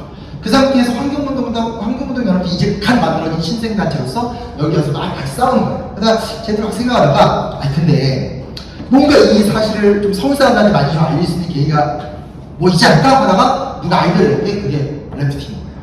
일단 와서 놀게 하자. 그럼 이거 몇 번 한다고 뭐 얼마나 오용이 되겠어 하면서, 그래서 아이디어를 낸 거예요. 그래서 그걸 포스터를 만들어서 막 소개를 했더니, 그것도 재밌죠. 강남에 회사를 다니는 어떤 그 30대 직장인이 삶이 딱 허한 상태, 모르겠잖아요. 직장을 10년째. 근데 어떻게 찾다 보니까 동강 래프팅이라는 게 있다는 거예요. 그래서 괜찮겠는데 해서 이미 내려왔어요. 그래서 래프팅을 하고 너무 즐거웠는데, 거기서 이제 소위 말하는 래프팅 끝나고 나서 이제 이거 아줌마 아저씨라고, 지금 할머니 할아버지 그때 아줌마 아저씨죠? 게임을 다 한 거예요. 그때 자기가 래프팅을 하고 그 분들 얘기를 하면서, 이렇게 아름다운 자연을 지키는 게 맞구나 해서 그분은 회사를 퇴사하고 지금까지도 동강 지키고 계세요. 근데 놀랍지 않아요? 그래서 소위 말하는 동네의 그 평범한, 만나보시면 정말 평범하시고, 물론 말은 되게 많으세요. 말하고 시키면 끊지 못하는 날인데, 근데 그분들과 또 이제 진짜 신생단체, 아직 무슨 시민단체라고 하는 그런 애들, 막 그때 젊은이들이 지금 다 나이 많이 들었지만, 그리고 이제 막 거기에 동강의 매력에 빠진 사람들 참여를 해서 결국은 김대중 정권으로 넘어오면서 동강댐 건설이 취소가 돼요. 그날이 우리나라 환경의 날이에요. 제가 이거를 그 얘기를 한 2, 3년이 듣고 다큐도 찍었어요. 그래서 어쨌든 무료공사 하는 건데 굳이 또 선물을 주는데, 얘네들이 환경동 이 자식들에서 준 선물은 무슨 공정무역이라고 해서 정말 맛없게 말린 과일을 선물을 줘가지고 맛도 없고 버리기도 뭐하고, 그래서 그 다음 제가 절대 안 받죠. 주지 마! 이러면서 제 친구한테 짜증 냈는데, 근데 사례를 제가 이 얘기를 왜 하는지 아실 거예요. 이 사례가 가장 전형적인 비정치적인 시민운동인 거죠. 시민운동이라는 단어를 쓰는 것도 좀 부담스러워요. 왜냐면 한국에서는 시민운동도 직업하는 형태로 이미 귀찮게 되어 있는 몇몇 뜻있고 의로운 사람들의 언론 대추제, 혹은 뭐 좀 이렇게 기회를 얻고 또 정치를 많이 하잖아요, 사람들이. 이래서 이것도 막아내는 뭐하는데, 하나 분명히 뭐냐면, 지역에서 꼭 지역이 아니더라도 시민들 스스로가, 국민들 스스로가 아젠다를 발굴하고 그 아젠다에 직결해서 이야기를 풀어가면서 하나의 이야기를 만들었잖아요. 이런 사례가 굉장히 많이 필요가 있죠. 제가 이제 지금 요 민주공화국의 저건 누구인가라는 갖고 싶은 별로 없네요. 저 집에 가서 그래서 3권 이상 사서 저 미안해서 좀 돌리고 하시면 좋겠습니다. 이거 아주 마음에 들어요. 셜록 오늘 첫 만남이냐. 셜록 너무 보도가 많아가지고. 뭔 얘기를 너스랬다.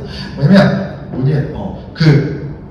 진짜 또 까먹었어요. 제가 약간 사실 약간 감기에 걸려가지고. 뭐라고요? 지역 주민의 삶에서. 맞아요. 그러니까, 제가 같은 에디터예요. 저 민주공화국의 저건 누구인가를 이창현이라는 에디터랑 이제 벌써 10년 됐어요. 그래서 그 사람하고 제가 헌법의 상상력, 리더의 상상력 저걸 썼는데, 이제 그 헌법의 상상력이라는 책이 제 첫 책, 사기를 기판사라는 첫 책인데, 그때 사실 그 기획안이 이제 김동준 선생님한테 이제 이 친구가 아이디어 냈다가 까인 거예요. 근데 그때 제가 이제 그때만 하더라도 시간도 많았어요. 왜냐면 국정 들어왔을 때 한 번에 되돌았다가 일자리 다 잃고 막 한 달에 100만 원 벌고 이럴 때서 시간이 너무 많아서 누가 불러주면 막 거기 가서 막 구경하고 다니고 막 가라고 안 가고 이러면서 파주 빡빡 많이 그랬던 때가 있었는데, 얘기하는데 이제 저한테 그 얘기를 한 거예요. 제가 그 얘기 듣다가 잠깐 내가 하면 안 돼요? 해가지고 이제 물어서 했는데, 그래서 그게 이제 계기가 돼서 이 친구랑 계속 작업을 하고 있는데, 뭐가 있냐면, 그냥 헌법의 상상일 때도 문제의식이 똑같았어요. 이제 더 이상 김영삼, 김대중 시대 끝났다. 그리고 노무현을 기억한다는 것은, 노무현 대통령이 왜 이렇게 걸었던 우리 생각해 보십시오. 너무너무 힘든 길을 걸었잖아요. 왜냐면 편이 없고, 또 그 사람에 대한 조직이 없고. 그런데 이번에 그 당시 기준을 간다면, 이제는 문재인이 안철수냐, 그걸 안 뽑을 수는 없는데, 그래도 이제는 우리가 헌법을 기초로 해서 우리의 사회적 상상력을 만들어 보자. 왜냐면 실제로 이번에도 지금 개헌 얘기 나왔다 속 들어갔죠. 저 또 거기다가 또 저는 개헌할 수 있다고 얘기했다 또 문매를 맞았죠. 문매를 많이 안 맞잖아요. 어차피 몇 명이 댓글 달았는데, 근데 저는 속 들어가서 얘기했던 거 민주당 지지자들이 하는 얘기가 뭐냐면, 이거 지금 바쁘고 내란주기를 처리해야 되기 때문에 나중에 하면 된다. 저기 정권들한테 100% 약속할 수 있습니다. 우리나라가 아니라 전 세계에서 개헌은 이런 불안한 기에 바꾸는 거지, 정권이 완성된 상태에서 무슨 개헌을 하고 그런 사례는 아예 존재하지 않아요. 또 어떠냐고요? 헌법을 많이 바꾼 게 문제라고? 아시죠? 독일은 80번 바꿨어요. 지난 80년 동안 1년에 한 번 바꿨고요. 프랑스는 이 횟수를 나누는 기준에서 논란이 있는데, 만약에 그 개정된 걸 다 치면 260번 바꿨어요. 2차 세계대전 이후에. 그게 헌법이거든요, 원래는. 하나하나 고쳐가면서 우리의 삶을 바꿔가는. 왜 제가 이번에도 사실 개헌 얘기 나왔을 때 했냐? 헌법의 상상에 저자에서 얘기하는 게 아니에요. 무슨 그거 보면서 책 팔아보려고 생각하겠습니까? 물론 팔긴 좋지만. 근데 뭐냐면, 우리나라 헌법 조항을 한번 찬찬히 읽어보십시오. 경제조항, 맨날 우리는 4년주의인지 얘기를 하는데, 경제조항 보면 여전히 경제조항의 주어는 국가예요. 박정희 시대랑 똑같이 되는 거예요. 국가란 말은 뭐냐면 내가라는 뜻이거든요. 본인이 이 나라를 이끌 테니까 니들은 수혜를 받아. 지철에 깔린 게 자영업자랑 비정규직이에요. 제 제자들 보고 있으면 얘들 중에 정상적인 직장을 가진 애들이 없어요. 다 너무 근데 도와줄 수도 없어요. 근데 우리나라 헌법에 있는 경제조항에 비정규직 자영업자 안 들어가 있어요. 왜? 87년에는 비정규직이 없었고 자영업자도 많지 않았거든요. 그렇기 때문에 거의 고용 달성률이 100%였기 때문에 열심히 일하면 다 주식되고 막 이랬던 시절이니까 없죠. 그걸 안 고칩니까? 지금 아니 언제 고칠 거예요? 언제 고칠 거예요? 근데 이제 웃긴 게 뭐냐면, 그때 제가 헌법의 상상력 책을 쓰고 나니까 이제 그거 엄청 돌아다녔어요. 그리고 근데 나라들 확실했던 건, 제가 헌법의 상상력 책을 쓰고 제일 많이 돌아다닌 데가 놀랍게도 경상남도예요. 어차피 제가 이제 비정치이고 그런 거 되게 조심스럽게 얘기를 하고, 제가 그렇게 잘할 수 있는 이유는 저희 집이 이북 우도민 집안 출신이기 때문에 이 보수의 DNA가 온몸에 있어요. 정말 재밌자고 하는 얘기지만, 저희 둘째 할아버지가 그 86년 건대 사태, 저희 집에 건대 항쟁이라고 나왔어요. 건대 사태라고 하는데, 건대 사태 때 아시죠? 건국대학교 포위됐었던 사건. 그때 그 6층 유리창을 깨고 제일 처음 들어가서 대학생을 진압했던 경찰이 저희 작은아버지예요. 저희 작은아버지가 그걸로 특진을 하셨기 때문에 평생의 영광이에요. 저희 그런 집이에요. 또 저희 막내 작은아버지도 경찰이었거든요. 저희 막내 작은아버지는 5.18 때 무등산 전경이어서 거기서 보립당에서 거기 무등산 절이 하나 있대요. 거기서 숙식을 하면서 버티신 분이에요. 그러니까 그분한테는 이거 완전히 진짜 폭포예요. 뭐 이렇게 저희 그런 집 출신이에요. 그래서 굉장히 아주 보수의 마음 잘 알아요. 근데 사실은 가서 이렇게 강연해 보면 그 보수적인 분들도 정치가 아닌 헌법 이런 얘기하면 굉장히 호응도 좋고 자기들도 고민이 많으니까 막 하죠. 근데 문제가 뭔지 아세요? 우리나라가 실질적으로 지방자치를 한다라고 헌법에 써있지만 지방자치는 훈련이 전혀 없는 나라예요. 아시다시피 그냥 투표하잖아요. 투표. 그냥. 그래서 이게 저희는 강동구 사거든요. 강동구 사는데 이렇게 다 항상 똑같아요. 국회의원 선거든 구청장 선거든 무조건 이제 5호선 연장공사, 9호선 신축, 생태공원 2개 더 걸리고, 지금도 생태공원이 2개나 있거든요. 그렇게 하다가 얼마 전에 저희 지역에서 신공이 생겼죠. 지방자가 기회가 차가지고. 자, 무슨 얘기냐? 루소의 말이 우리나라에 그대로 통용되는 거죠. 루소가 영국인을 비판할 때 영국인들은 투표 날만 자유인이 되는 줄 알고 지가 자유인인 줄 안다. 사실 노예이면서. 그럼 우리가 똑같잖아요. 왜 저희가 몸을 느꼈냐? 헌법의 상상력이나 책을 쓰면서 정말 곳곳에 강의를 당하는데, 그때 시흥시였을 거예요. 시흥시를 비롯해서 몇몇 지자체에서 정말 뭐라도 해보려고 하는 공무원이나 공이 있어요. 가보면 전혀 준비가 안 돼 있어요. 누가? 국민들이. 그러니까 그런 자리 누가 치는 줄 아세요? 그 지역에서 이거 센 사람들이 있죠. 주로 트러블을 일으키시는 분들. 그런 사람 자리를 쳐요. 그러니까 공무원은 뜨겁게 열었는데 사실은 그렇게 할 것도 없고, 그 자리에 오신 분들은 사실은 그 지역에 좀 말썽쟁이인 분들이 많고, 그러면 결론은 뭐예요? 하지 말자. 이렇게 된단 말이에요. 악순환인 거죠. 근데 그 강을 넘어야지 무슨 이야기가 나오는 거예요. 더군다나 지금 같은 상황이라면. 근데 이거는 제가 좀, 이게 정규직 씨의 말이 유명한데, 정규직 씨가 그잖아요. 광장으로 가지 말고 이제 좀 모여서 생각을 좀 하고 하자는데, 그 말에 대해서만 동의를 했습니다. 하게 되고요. 요거 제목에 보여줄게요.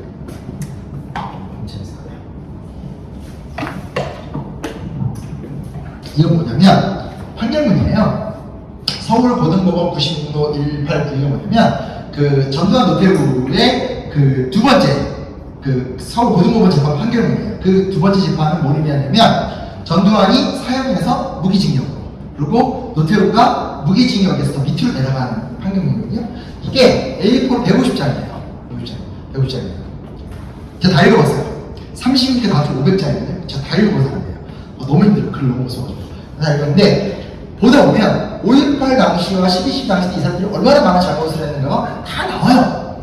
쫙 나와요. 그리고 이게 일부러 갖고 온, 제가 이게 뭐 스캔본이 없어서 제 거 그냥 이렇게 사진 찍어서 붙인 건데, 양념, 기가 나오네요. 이제, 이거 제가 너무 무서운데.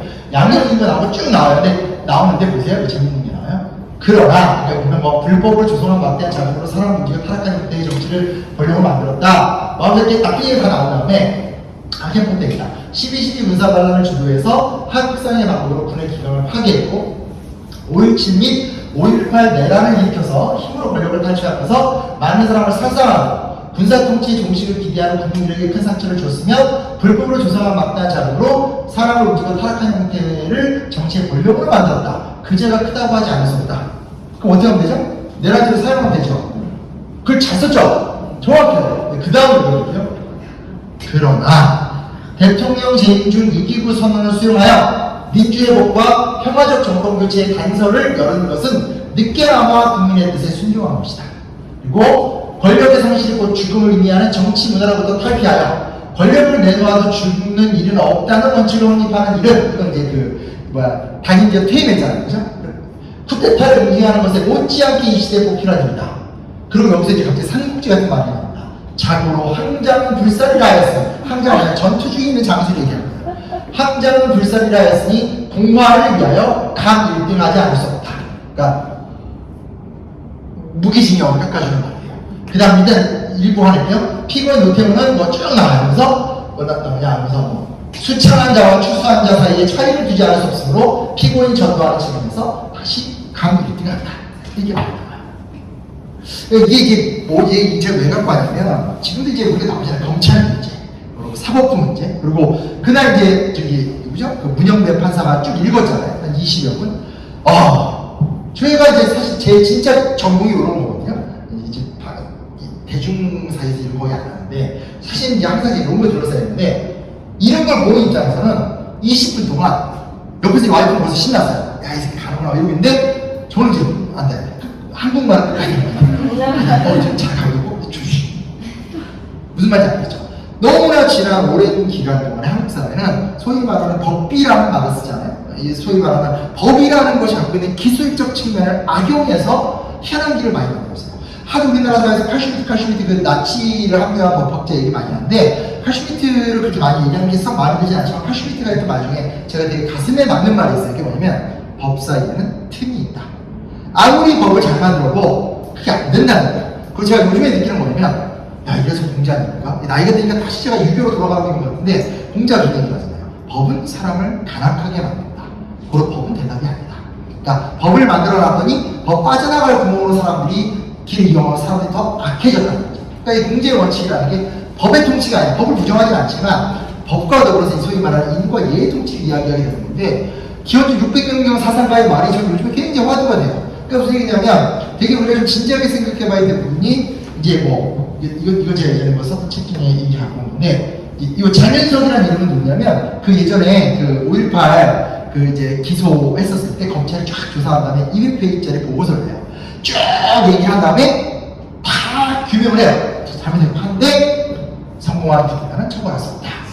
유명한 논리죠. 제 책에는 그 말고 한 두 논리에 대해 좀 자세하게 그걸 써놨어요.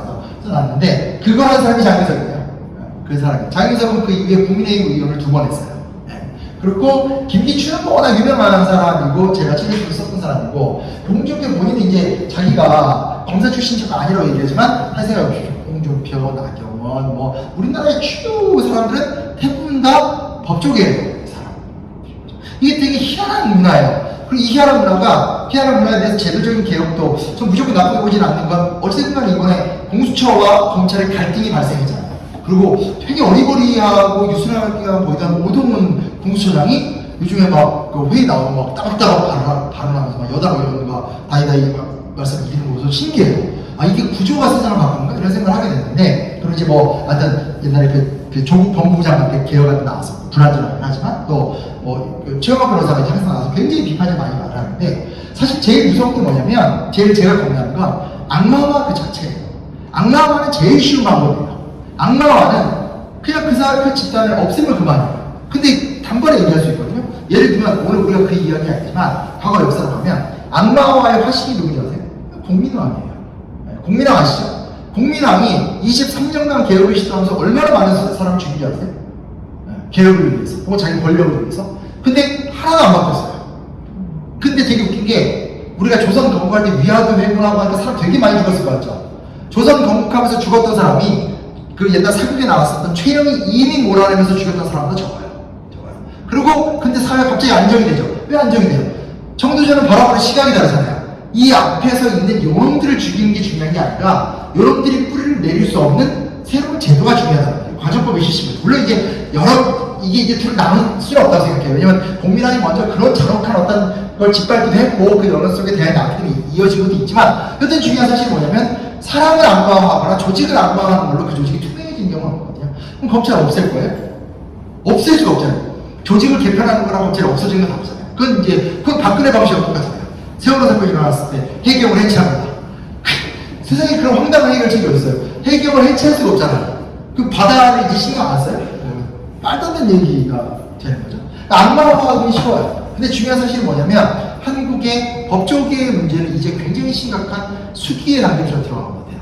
그래서 제가 이 책에다 저도 이제 이쪽 얘기 잘 모르기도 하고 아직까지 깊이 관심이 더 안 들게 됐는데 그다음에 저도 답답하니까 이번에 뭐 유튜브도 엄청 찾아보고 그랬어요. 그리고 아주 옛날 얘기지만 그때 이제 한일 국정교 가서 이미 할 일 없을 때 그때 최강욱 변호사하고 정몽훈 씨 이런 분들하고 팟캐스트도 막 하고 그래가지고 1년 동안 얘기 많이 들었었어요. 근데 그래서 어떻게 하자는데 이 플랜이 전 잘 안 보이더라고요. 근데 제 책에다 그냥 살짝 소개시켜드리는 건 어쨌든 우리나라는 제가 이제 저도 이제 이런저런 사회경 많이 하겠습니다.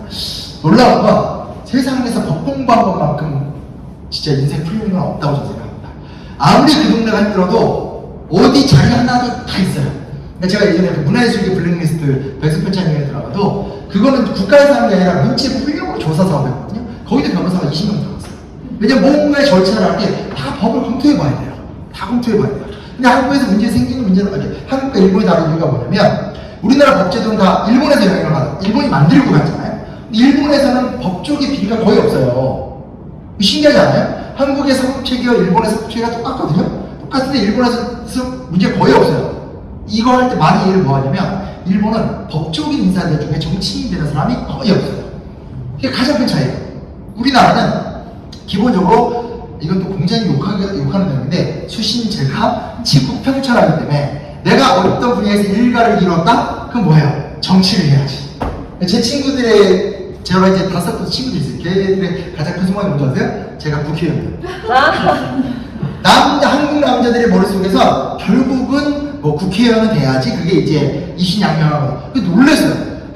아무 그래 관심 없는 애들이 갑자기 어느 날 같이 이렇게 분기별 모여서 같이 막 먹고 놀고 쓰었던데 갑자기 엄마나 혹시 뭐 어디 정대 연락은 하니? 정의당 가지 마 이러면서 가지고 뭐야 이 자식들 이러면서 왜 친구들끼리 좀 조치지 안 하는데 걔네들하고는 좀 그런 관계 아닌데 여튼간에 일본 없어요. 반대 미국은 법이 굉장히 중요한 문화예요. 아시다시피 이런 거잖아요. 창조론이냐 진화론이냐 성소수자 어떻게 받아들일 것이냐 갖고 어마어마한 캠페인을 하고 연방 대법원의 판결이 딱 나면 그거 난리가 나잖아요. 한쪽 막 좋아하고 한쪽 실패하고. 근데 중요한 건 그 법을 부정하지 않죠. 다시 노력을 해서 설득을 해서 법을 바꿀지언정 그 문화를 따라간다는 거예요. 이제 요즘에 물론 이제 트럼프라는 놀랍고 창의적인 존재가 나오면서 모든 걸 무시하는 새로운 현상이 미국에서 일어나서 저도 참 답답한 상황이 났지만 그러니까 소위 말하는 문화적으로 제도적으로 법을 다루는 사람이 권력을 안 다루거나 아니 법 자체에 대한 어떤 고결함에 대한 분명함이 있거나에 봤을 때 우리는 되게 어중간한 거죠. 그럼 이걸 어떻게 고쳐나갈 것인가? 저도 이 부분 깊이 모르겠습니다. 다만 중요한 건 단순하게 검찰을 뭐 해체하거나 혹은 뭐 이렇게 권력이 바뀌는데 내가 원하는 사람을 꽂거나 이런 건 아닌 것 같아요. 왜냐면 다 경험해 보셨겠지만 문재인 정부 때 이렇게 바꿔놓고 한동훈 법무부 장관을 중심으로 해서 다 뒤집어 놨잖아요. 그리고 저는 이제 주로 보훈부랑 일을 많이 하는데 문재인 정부 때 뭐 원래 이제 그 아까 제천아 요거 있죠? 이 사람 이름이 뭐더라? 누구예요? 박민식. 맞아요. 박민식. 어디야? 역시 셜록 추천하시네. 그래서 저랑 사이가 무지 나빠요. 왜냐면 서로 아는 사이는 아닌데 이제 제가 그때 홍범도 갖고 들이받아서 이 박민식이 저희랑 저희 연구소랑 보험부랑 한 프로젝트 4개를 날려버렸어요. 여기 이렇게 정말 억대가 넘는 돈이 한 방에 날아가. 예, 억대가 훨씬 몇억 되는 돈인데 프로젝트가 날아갔어요. 근데 되게 웃긴 게 뭐냐면 이제 본인 이제 그 할 때 이번에 되게 미워하는 다큐를 만들고 싶었어요. 10억짜리 다큐가 그 방송에 있었는데 그 TV조선에서 했거든요. 그거 제가 찍었어요. 할 사람이 없어서 저한테 온 걸 제가 나는 해줄 수는 있는데 객관적으로 한다. 이분이 그거 사인하고 나갔어요. 그래서 아마 저를 몰라도 저한테는 애정이 있으실 것 같은데 혹시 도둑이 들어가시면 제가 이렇게 민주공화국 누군가 선물을 하나 주면서 당신이 이렇게 하나 해드리고 싶은 아주 아픈 사람입니다. 여튼간에 갑자기 왜 얘기하지? 그래요. 네. 그래서 아무튼 좀 제도적 고민이 필요하다는 얘기 말씀드리고 싶고요. 시간이 빨리 할게요. 잠깐만요. 그리고 이제 제가 책에다 공무원이라는 단어를 썼는데 뭐가 있냐면 제가 이제 서대문구랑 프로젝트를 오랫동안 해왔어요. 서대문구는 여러분 알다시피 서대문연구소 역사관이 있고 지금 임시정부 박물관이 있고 그 앞에 독립문이 있죠. 쫙 이어져요. 그런 공간이 없어요. 근데 의미가 있죠. 서대문구에서 이제 문 누군데? 그래서 구청장님이 당선이 되자마자 이분이 12년간 삼선을 하시면서 독립민주축제라는 걸 연 거예요. 서대문연구소 역사관은 여러분 알다시피 가보면 많이 가보셨을 거예요. 연간 100만 명이 넘는데 다 독립운동만 기념해요. 근데 그 서대문연구소는 해방이 된 다음에 서울구치소로 쓰였고 88년인가 민주화되기 전까지 그거 계속 썼어요. 그래서 김재규도 거기서 처형을 당했고 그때 예전에 뭐 때문에 노무현재단 뭐 답사 도와줄 때 천호선 씨가 왔는데 천호 씨가 자기도 거기 있었다고 그래서 거기서 의원으로 가니까 그렇게 교도소가 좋더라고. 너무 서대문연구소가 후져가 되면서 거기서 얼마나 독립운동가들이 힘들었는지 알았다고 얘기하는데 근데 이제 법적으로 현재 조례상 문화적 강령상 독립밖에 이제 못 길어요. 법적 바꾸기 너무 힘들어요, 현재 상황에서. 근데 이 소위 말하는 구청장의 힘으로 독립민주축제를 연 거예요. 12년을 쫙 했어요. 그래서 뭐 이렇게 상설전 아니더라도 계속 이렇게 탐탐으로 해가지고 특별전으로 계속 민주화운동도 소개하고 하면서 되게 많은 활동을 했었어요. 그러다가 이거를 이제 도와줬던 사람이 지금 은퇴하신 어디죠? 저희 그 대한민국 역사박물관 관장하셨던 주진호 교수님이에요. 상명대 교수님, 문재인이었는데 근데 그분이 이제 하시다가 그분이 원래 상명대 교수로 하다가 이제 그 대한민국 역사박물관 관장이 되면서 뭔가 이렇게 사회도 보관사가 필요해서 제가 이제 추천해서 제가 들어가서 그때부터 한 5년간 일을 계속 같이 했어요. 그래서 요거는 이제 그 몇 년이지? 요때 역사 콘서트는 요 이름을 아예 제가 지었어요. 그때 여기서 여기 낙점돼서 좋은 기억이 아니라 자꾸 나한테 토해내라고 해가지고 너무 짜증났어요. 그래서 했는데 이왕 찾다가 제가 이걸 찾았는데 그러다가 삼성이 끝나고 정권이 바뀌었어요. 그래 이제 정권이 바뀌었어요. 근데 12년을 했잖아요. 반응도 굉장히 좋았어요. 그리고 좋을 수밖에 없는 게 이게 되게 역사 유적물이 많잖아요. 그리고 되게 저는 신비한 경우도 많이 한 게 그날은 비가 왔다? 비가 막 왔어요. 죄송합니다. 반말했어요. 네. 비가 막 내리는데 왠지 안 올 것 같았어요. 근데 진짜 그 콘서트 이 행색 핵심 콘서트 역사 콘서트예요. 클래식 공연과 역사 강연을 같이 하는데 딱 한 5시 비가 딱 그쳐.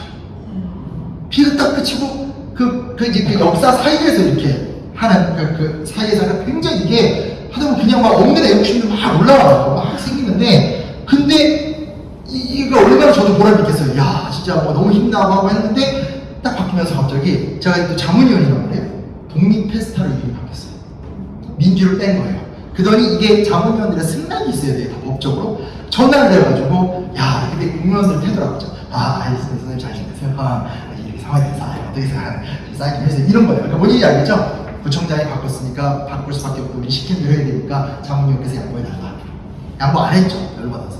근데 그때 다시 배신감 느꼈던 건 자문위원 15명이면서 끝까지 싸웠던 건 한 3명? 제가 이제 SNS 글쓰고 기사도 냈지만 별 뭐가 없었죠. 저도 계속 싸울 생각은 없었는데 여튼간에 그래서 지금 안 해요. 지금 뭐 하는지는 모르겠어요. 일단 민주로 빠졌어요. 그럼 너무 웃긴 게 그럼 87년 아까 위에 판결문대로 얘기하면 한국의 민주화는 군사정권 전두환 씨가 한 거고 노태우 씨가 한 거잖아요. 그러면 김영삼 대통령은 저쪽 정당이 이쪽 정당입니까? 제가 이제 아까 실어서 뺐는데 흥분했어. 이제 나와요. 사신님의 믿을 생각 같이 사세요.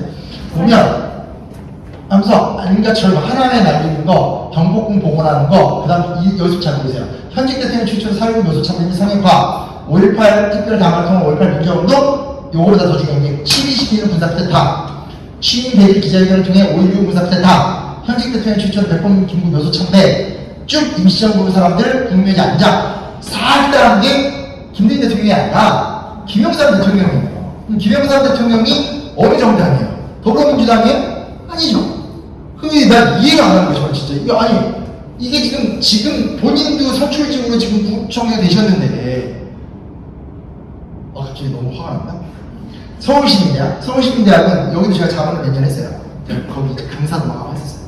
그냥 정말 그냥 도와드렸죠. 왜냐, 이게 독일 뮌헨 국민대학을 따라서 보편적 인문학의 향상을 목표로 하면서 만들었고, 여기 박원순 시장의 후원이 있었고, 플러스 이제 김민웅 씨, 저기 그 김민석 형님인가 등등등 나름 이제 어떤 좀 그런 한국의 진보적 지식인들이 많이 해서 만든 거예요. 어마어마하게 빨리 발전했었고요. 전 강의장이 정말 엄청 많았었어요. 그리고 거의 다 인문학 수업을 드렸어요. 철학, 역사. 제가 작년에 몇 년 하면서 강좌 개수도 진짜 많았고, 소개시켜주는 교수님들마다 다 자리 다 해줬고 했었어요. 그러다가 여기 되게 공무원 조직이니까 뜨면 강의를 안 시켜요. 그러니까 제가 몇 번 하니까 막 사람이 너무 많이 왔어요. 그러더니 강의 안 시켜요. 그러니까 이제 밸런스 때문에. 그래서 그래, 난 도와줄 도와줬고 이제 다른 걸 하면 되지. 나중에 또 다른 장모님도 저도 잘 되니까 잘렸어요. 그래서 서로 이제 했는데, 나는 공무원 조직의 특징이죠. 근데 갑자기 올 초에 한 2년 쉬었거든요. 연락이 왔어요. 자문회의를 좀 다시 들어요. 그래서 제가 그때 연임까지만 하다가 4, 5년 했는데 또 되나요? 하니까 한 번 쉬어서 괜찮다고 오시라고 해서 갔어요. 갔더니 깜짝 놀랐어요. 조직이 90%가 사라졌어요. 그리고 남아있는 조직은 다 문화대학, 뭐 이렇게 뭐 레크레이션 뭐 이렇게 하는 뭐 이렇게 제가 구청 문화대학 커리큘럼 다 바뀌었어요. 너무 황당해서 제가 사실 알아봤더니 왜 바뀌었대요? 시장이 바뀌었잖아요. 오세로 시장이 들어온 다음에 차마 시스템이 있기 때문에 다 없앨 수 없는 건 남겨두고, 왜냐면 그게 박원순 시장때 이게 재단화가 됐기 때문에 다 없애면 돼요. 놔두고 다 없애버렸어요.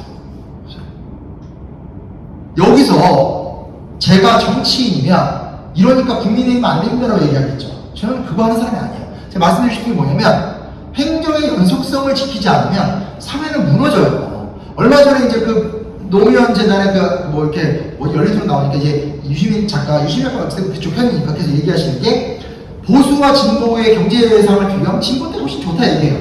근데 저는 그건 무리하다고 생각했어요, 솔직히 말하면. 왜냐? 아니, 이게 다른 나라예요? 같은 나라인데 어느 정권이 올라가고 경제가 올라가고 어느 정권이 떨어지면 우린 잘했다. 그러면 권력을 뺏기면 안 되잖아요.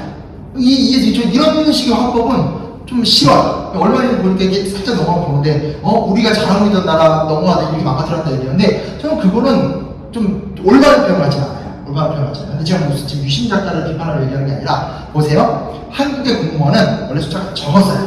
그러다가 박정희 때 비약적으로 늘어나요. 단순한 통계를 보면, 이승만 정부 다 5만 명. 그리고 박정희 정부가 한 70년대 초반 되면 35만 명 정도로 늘어나요. 굉장히 많이 늘어났죠. 왜냐면 사회가 발전하니까. 근데 박정희 대통령 스타일이 뭐예요? 완전 권위주의자잖아요. 그리고 공무원 조직을 딱 점령하기 위해서 초기했던 게 군인들을 뽑아다가 다 요직에 앉히는 거예요. 그러니까 완벽한 수직적인 문화인 거죠. 그러니까 무슨 얘기냐? 한국의 공무원은 절대로 법과 국민을 보면서 일하지 않죠. 내 위에 사람을 보면서 일하죠. 그 다음에 민주화가 됐어요. 근데 민주화가 된다는 지금 우리가 3번 정권 교체를 했거든요. 그 3번이 뭐죠? 김대중 대통령, 이명박 대통령, 그리고 문재인 대통령이죠. 정권 교체가 되는데 여기서 정말 심각한 문제가 하나 생겼어요. 보세요. 우리가 다 알다시피 한국은 굉장히 권위적인 사회고 리더가 모든 걸 다 결정해요. 그러다 보니까 정권 교체가 3번 되면서 이게 희한한 현상을 일어났죠. 원래도 단체장이 시키는 일만 하던 권위주의적 문화 속에서 커왔던 공무원들이 이제 어떤 현상까지 있냐면, 자기가 노력했던 걸 자기가 부수는 역할을 해야 된다는 거예요. 그러면 공무원들이 무슨 낙으로 일해요? 제 말 이해되시죠? 공무원이 시민의 편에 선다? 법의 편에 선다? 그럼 뭐 눈에 튀는 행동을 하는 거잖아요. 그럼 좋아. 지금 더불어민주당 때 잘 나왔어. 제가 이거 가져가면서 느꼈던 거거든요. 다 딴 데로 갔어요. 구청장이 바뀌자마자 다 바뀌어요. 그럼 꼭 찍혔다기보다 자기 사람하고 이렇게 운영하는 거겠지만, 근데 문제는 뭐야? 사람도 바뀔 수 있죠. 하지만 행정의 연속성은 있어야 되죠. 이런 식으로 하면 공무원들 입장에서 무슨 낙으로 일합니까? 요즘에 무슨 공무원 관련된 책도 나와서 굉장히 화제가 되긴 했는데, 이런 부분에서 봤을 때 사회가 자치로 자율로 나아간다는 부분은 사실 지금 누굴 잘 뽑느냐로 결론을 내문제는 아니라고 드리고 싶고요. 이거 5분 내로 끝낼게요. 왜 이거 하고 끝내야 될 것 같아서 미안한 건데 못할 것 같아요. 뭐냐면 이거는 얼마 전에 제가 이제 김영사랑 책을 계약하는 바람에 하나 끈을 뜯었고, 제 행복하게 뭐냐면 작가가 된 다음에, 이게 계약한 축하서 책을 줘요. 그래서 한 적당히 뜯어내야 되는데, 진짜 너무 뜯어내야 돼요. 특히 제가 이제 민음사랑 계약을 했잖아요. 이러다 민음사 책 다 가져오고. 어제도 그 문학소년이에요. 그래서 어제도 카톡 쳐가지고 3번 보내주세요. 나눠서 달라고 한 번에. 지난번에 한 번에 10권 달라고 했다 너무 미안했어요.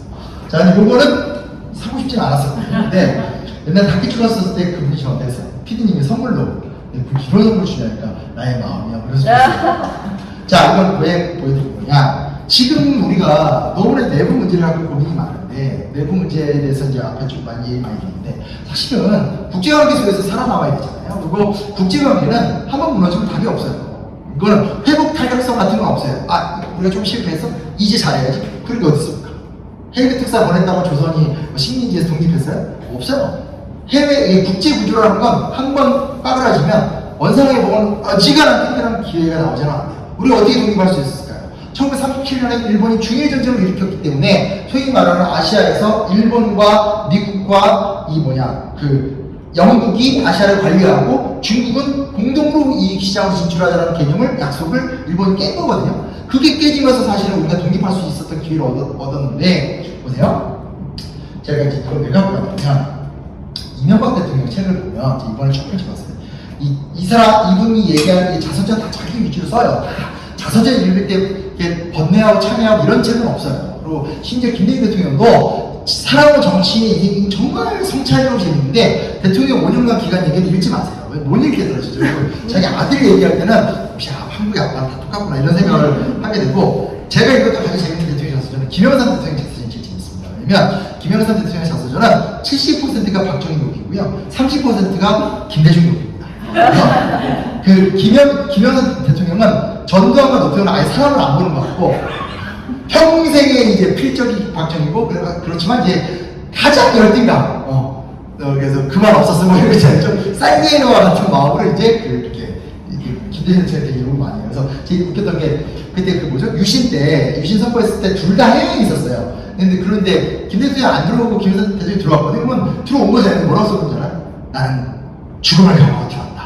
김대중은 안 들어왔다. 제가 본 가장 솔직한 자서전이라서 제가 보면서 어쩜 이렇게 쓰시죠? 이러면서 좀 민망했는데, 여튼간에 자서전이라면 좀 잘 이렇게 읽어야 됩니다. 근데 그래도 이 사람의 입장을 그냥 받아들여 한번 얘기해보겠습니다. 자서전이 어떻게 구성되어 있냐면, 1장 한미관계의 복원이에요. 그러니까 노무현 정권이 한미관계를 파탄에 이르렀다는 거예요. 그 다음 장에 뭐죠 아세요? 중국과 전략적 동반자 관계로 격상이에요. 올렸다는 거예요. 그리고 그 다음은 뭐냐면, 이제 국내 문제, 그러니까 남북관계 문제에서 그 유명한 그랜드 마겐. 그리고 이제 일본 문제에 대해서 할 말을 하겠다. 이 자서전 보면 예전에 독도 갔잖아요. 그 사진 딱 붙여있어요. 그래서 어떻게 대통령이 자기 땅을 못 가냐. 사실 그게 이제 소위 말하는 반항 감정의 시발점이긴 했지만 본인도 굉장히 큰 업적으로 생각했어요. 그러니까 무슨 얘기냐면, 그 이전 대통령들의 자서전을 보거나 자료를 보더라도 이명박 대통령까지는 보수의 최소한의 원칙이 있어요. 이 원칙이 뭐냐면, 반공주의 한미동맹은 당연한 거예요. 이거 절대적이죠. 사대주의 같은 거예요. 근데 시대가 바뀌었잖아요. 중국과 잘 지낸다. 그리고 남북한 문제에 대해서 어찌됐든 평화적으로 해결하려고 노력한다. 일본과도 잘 지내지만 할 말은 한다. 딱 이거 무조건 거예요. 정확히 맞춰져 있어요. 그리고 여기서 본인 주장이면 무슨 얘기 나오냐면, 제 성함 정확히 생각 안 나는데, 금강산 때 이제 돌아가신 분 있잖아요. 박광자 씨가 이렇게 총괄 들어가셨죠. 그때 본인이 개성공단 폐쇄를 검토했다는 거예요. 너무나 심각한 사건이기 때문에 북한에게 질적 타격을 줘야 된다. 그럼 개성공단 폐쇄밖에 없다. 그러나 만약에 개성공단을 폐쇄해버리면 막대한 경제적 피해, 남한 북한 양쪽, 그리고 남북관계에 심각한 위기가 생기기 때문에 난 그걸 참았다. 그래서 금강산 관광 마음보다 이렇게 딱 나와요. 사실이든 아니든 여튼 본인이 이렇게 생각하고 주장하고 있는 거예요. 자, 이걸 누가 깹니까? 박근혜 대통령이 깬 거죠. 남북관계에서 보수의 질적인 몰락은 박근혜 대통령이에요. 제가 어제도 하면서 이렇게 박근혜 대통령의 판결을 다시 읽었거든요. 그래서 두 사건이 너무 다르다라는 사실을 이번에 다시 한번 확인했는데, 뭐냐? 박근혜 대통령 기억나시죠? 박근혜 대통령도 아버지가 불행하게 죽었고, 시진핑의 아버지도 이제 어려운 일을 겪었기 때문에 둘 다 이제 어떤 부모의 컴플렉스를 딛고 이렇게 대통령과 주석이 됐다. 그래서 다시 화제가 됐었죠. 왜냐면 두 분의 취임이 똑같아요. 그래서 그때 중국 갔었을 때 그 유명한 천안문 막루에 같이 올라갔어요. 그게 굉장히 큰 사건인 게 중국 현대사를 공부해보면 나오는 거지만 49년의 내전에 승리한 다음에 그 승리한 내전을 기리면서 마오쩌둥과 혁명의 동지들이 천안을 망무해서 갑자기 조선이 나오냐 중국 인민공화국의 어떤 완성을 선언해요. 굉장히 중요한 자리인데 거기를 박근혜를 데려온 거예요. 한미동맹 국가를 굉장히 큰 거라고 그 자리에서 박근혜 대통령이 뭘 얘기하냐면 하얼빈에서 안중근 의사가 의거를 했는데 좀 이제 기념비를 하나 만들어줬으면 좋겠다. 좋다. 시진핑이 기념비를 만들어주는 게 아니라 박물관을 만들어줬어요. 지금 가보신 분들 알겠지만 크진 않은데 무료 박물관이 있고 들어가면 한글로 다 안내가 돼 있고 그 마지막 딱 가면 통유리창에서 이또가 이제 안중근 의사가 이또를 쏘는 그 바닥에 딱 장이 있어요. 거기 가서 딱 서 있으면 진짜 가슴이 뭉클해요. 삼각형 사각 여기서 쏘아서 저 자리를 끝장내구나. 그거 해준 거예요. 관계를 위해서. 근데 그 다음에 아시죠? 사드 배치, 개성공단 폐쇄.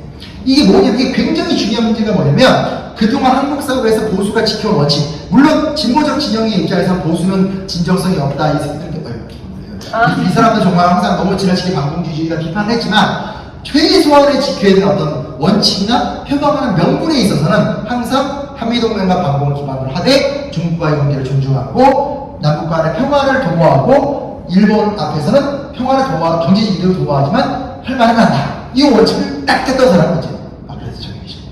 그 기억나시고요. 아베 재직을 만나서 한마디 안 했잖아요. 근데 갑자기 이상을 하기도 하고.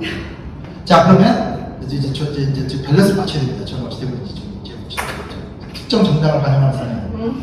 문재인 대통령. 사실 이거는 문재인 대통령의 대북 정치에 대해 제가 원래 비판적이었어요. 왜 제가 원래 비판적이었냐면 김대중 정권과 노무현 문재인 정권은 대북 정책이 달라요. 자꾸 이걸 똑같다고 생각하면 달라요. 뭐가 다른 것 같으세요?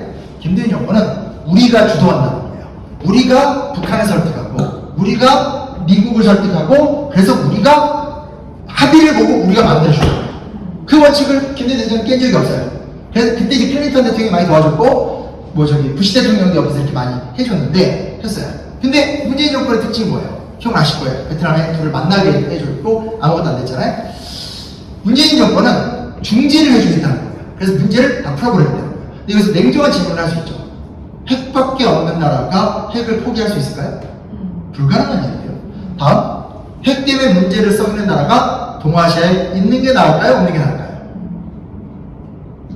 물론 도덕적으로는 없는 게 나은데 정치가들의 정치 운용 전략에선 있는 게 나올 수도 있잖아요. 그러니까 무슨 얘기냐면 문재인 대통령의 순수한 마음은 저도 동의. 근데 문제 뭐냐? 그 둘을 만나게 해줬을 때 김정은 같은 경우는 그 카드를 내려놓으면 버틸 수 있는 존립이 없고 미국 입장에선 얘네가 계속 문제를 일으켜주는 게 얘네를 거치거나 중국과의 관계를 조정하거나 할 때 유리하다는 거예요. 그 만남은 주선되면 안 되는 만남이죠. 즉 관계라는 건 일괄 타결이라는 건 존재하는 적이 없어요. 일괄 타결이 존재할 땐 전쟁에서 승패가 결정되거나 한쪽 세력이 무너질 땐 일괄 타결이 필요하죠. 근데 지금은 북한이 무너졌습니까? 미국이 무너졌습니까? 불가능한 거죠. 제가 그걸 사실은 많이 비판을 했었고 제가 예전에 통일부 강의를 많이 다녔어요. 정권 바뀌고 지금 통일부 강의는 하나도 없어요. 영이 됐어요. 요즘 통일부 아무도 안 해요. 근데 이거 한번 읽어보세요. 보면 몇 차례에 걸쳐서 뭐라고 나와요? 문재인 대통령이 나는 그때 두 나라가 어느 정도 합의를 볼 줄 알았고 합의를 보고 나면 개성공단을 비롯해서 그때 우리가 원하던 게 순차적으로 될 줄 알았다. 근데 내가 그거를 더 강하게 물어보지 못한 걸 후회한다라는 말을 측에서 계속 나와요. 제가 확신했죠. 야 16만 원짜리 대단하다. 이걸 안 보고도 안 해. 마지막으로 농담이 갑자기 정치 표정 지으시죠. 네. 그러니까 무슨 얘기냐면 보세요. 박근혜 대통령이 무너뜨렸죠. 그러니까 윤석열 정권의 대북 소위 말하는 국제정책이 뭡니까?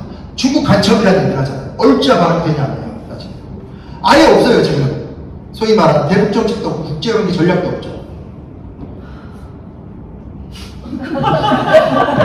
원론만 남았죠. 근데 이거 지금 왜 그러냐면 이게 있어요. 보수가 진보를 많이 공격했어요. 근데 뭘 공격해? 인권 갖고 공격을 했어요. 그래서 너네는 왜 남의 나라 인권 얘기하면서 북한 인권 얘기를 안 해?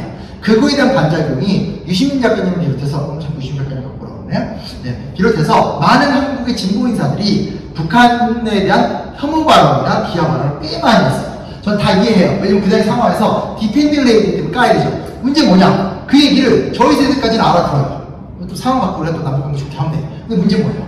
2030 세대 입장에서 생각해 보십시오. 2030은 보수적이면 북한은 미친 나라고 진보적이면 북한은 흉물스러운 나라예요. 즉 지금 국제관계를 비롯하고 뭐 경제력까지 못했는데 얘는 이제 우리가 풀어야 될 게 많다. 아, 시간 너무 많이 썼네요. 일단 예, 저 얘기하고 마치도록 하겠습니다.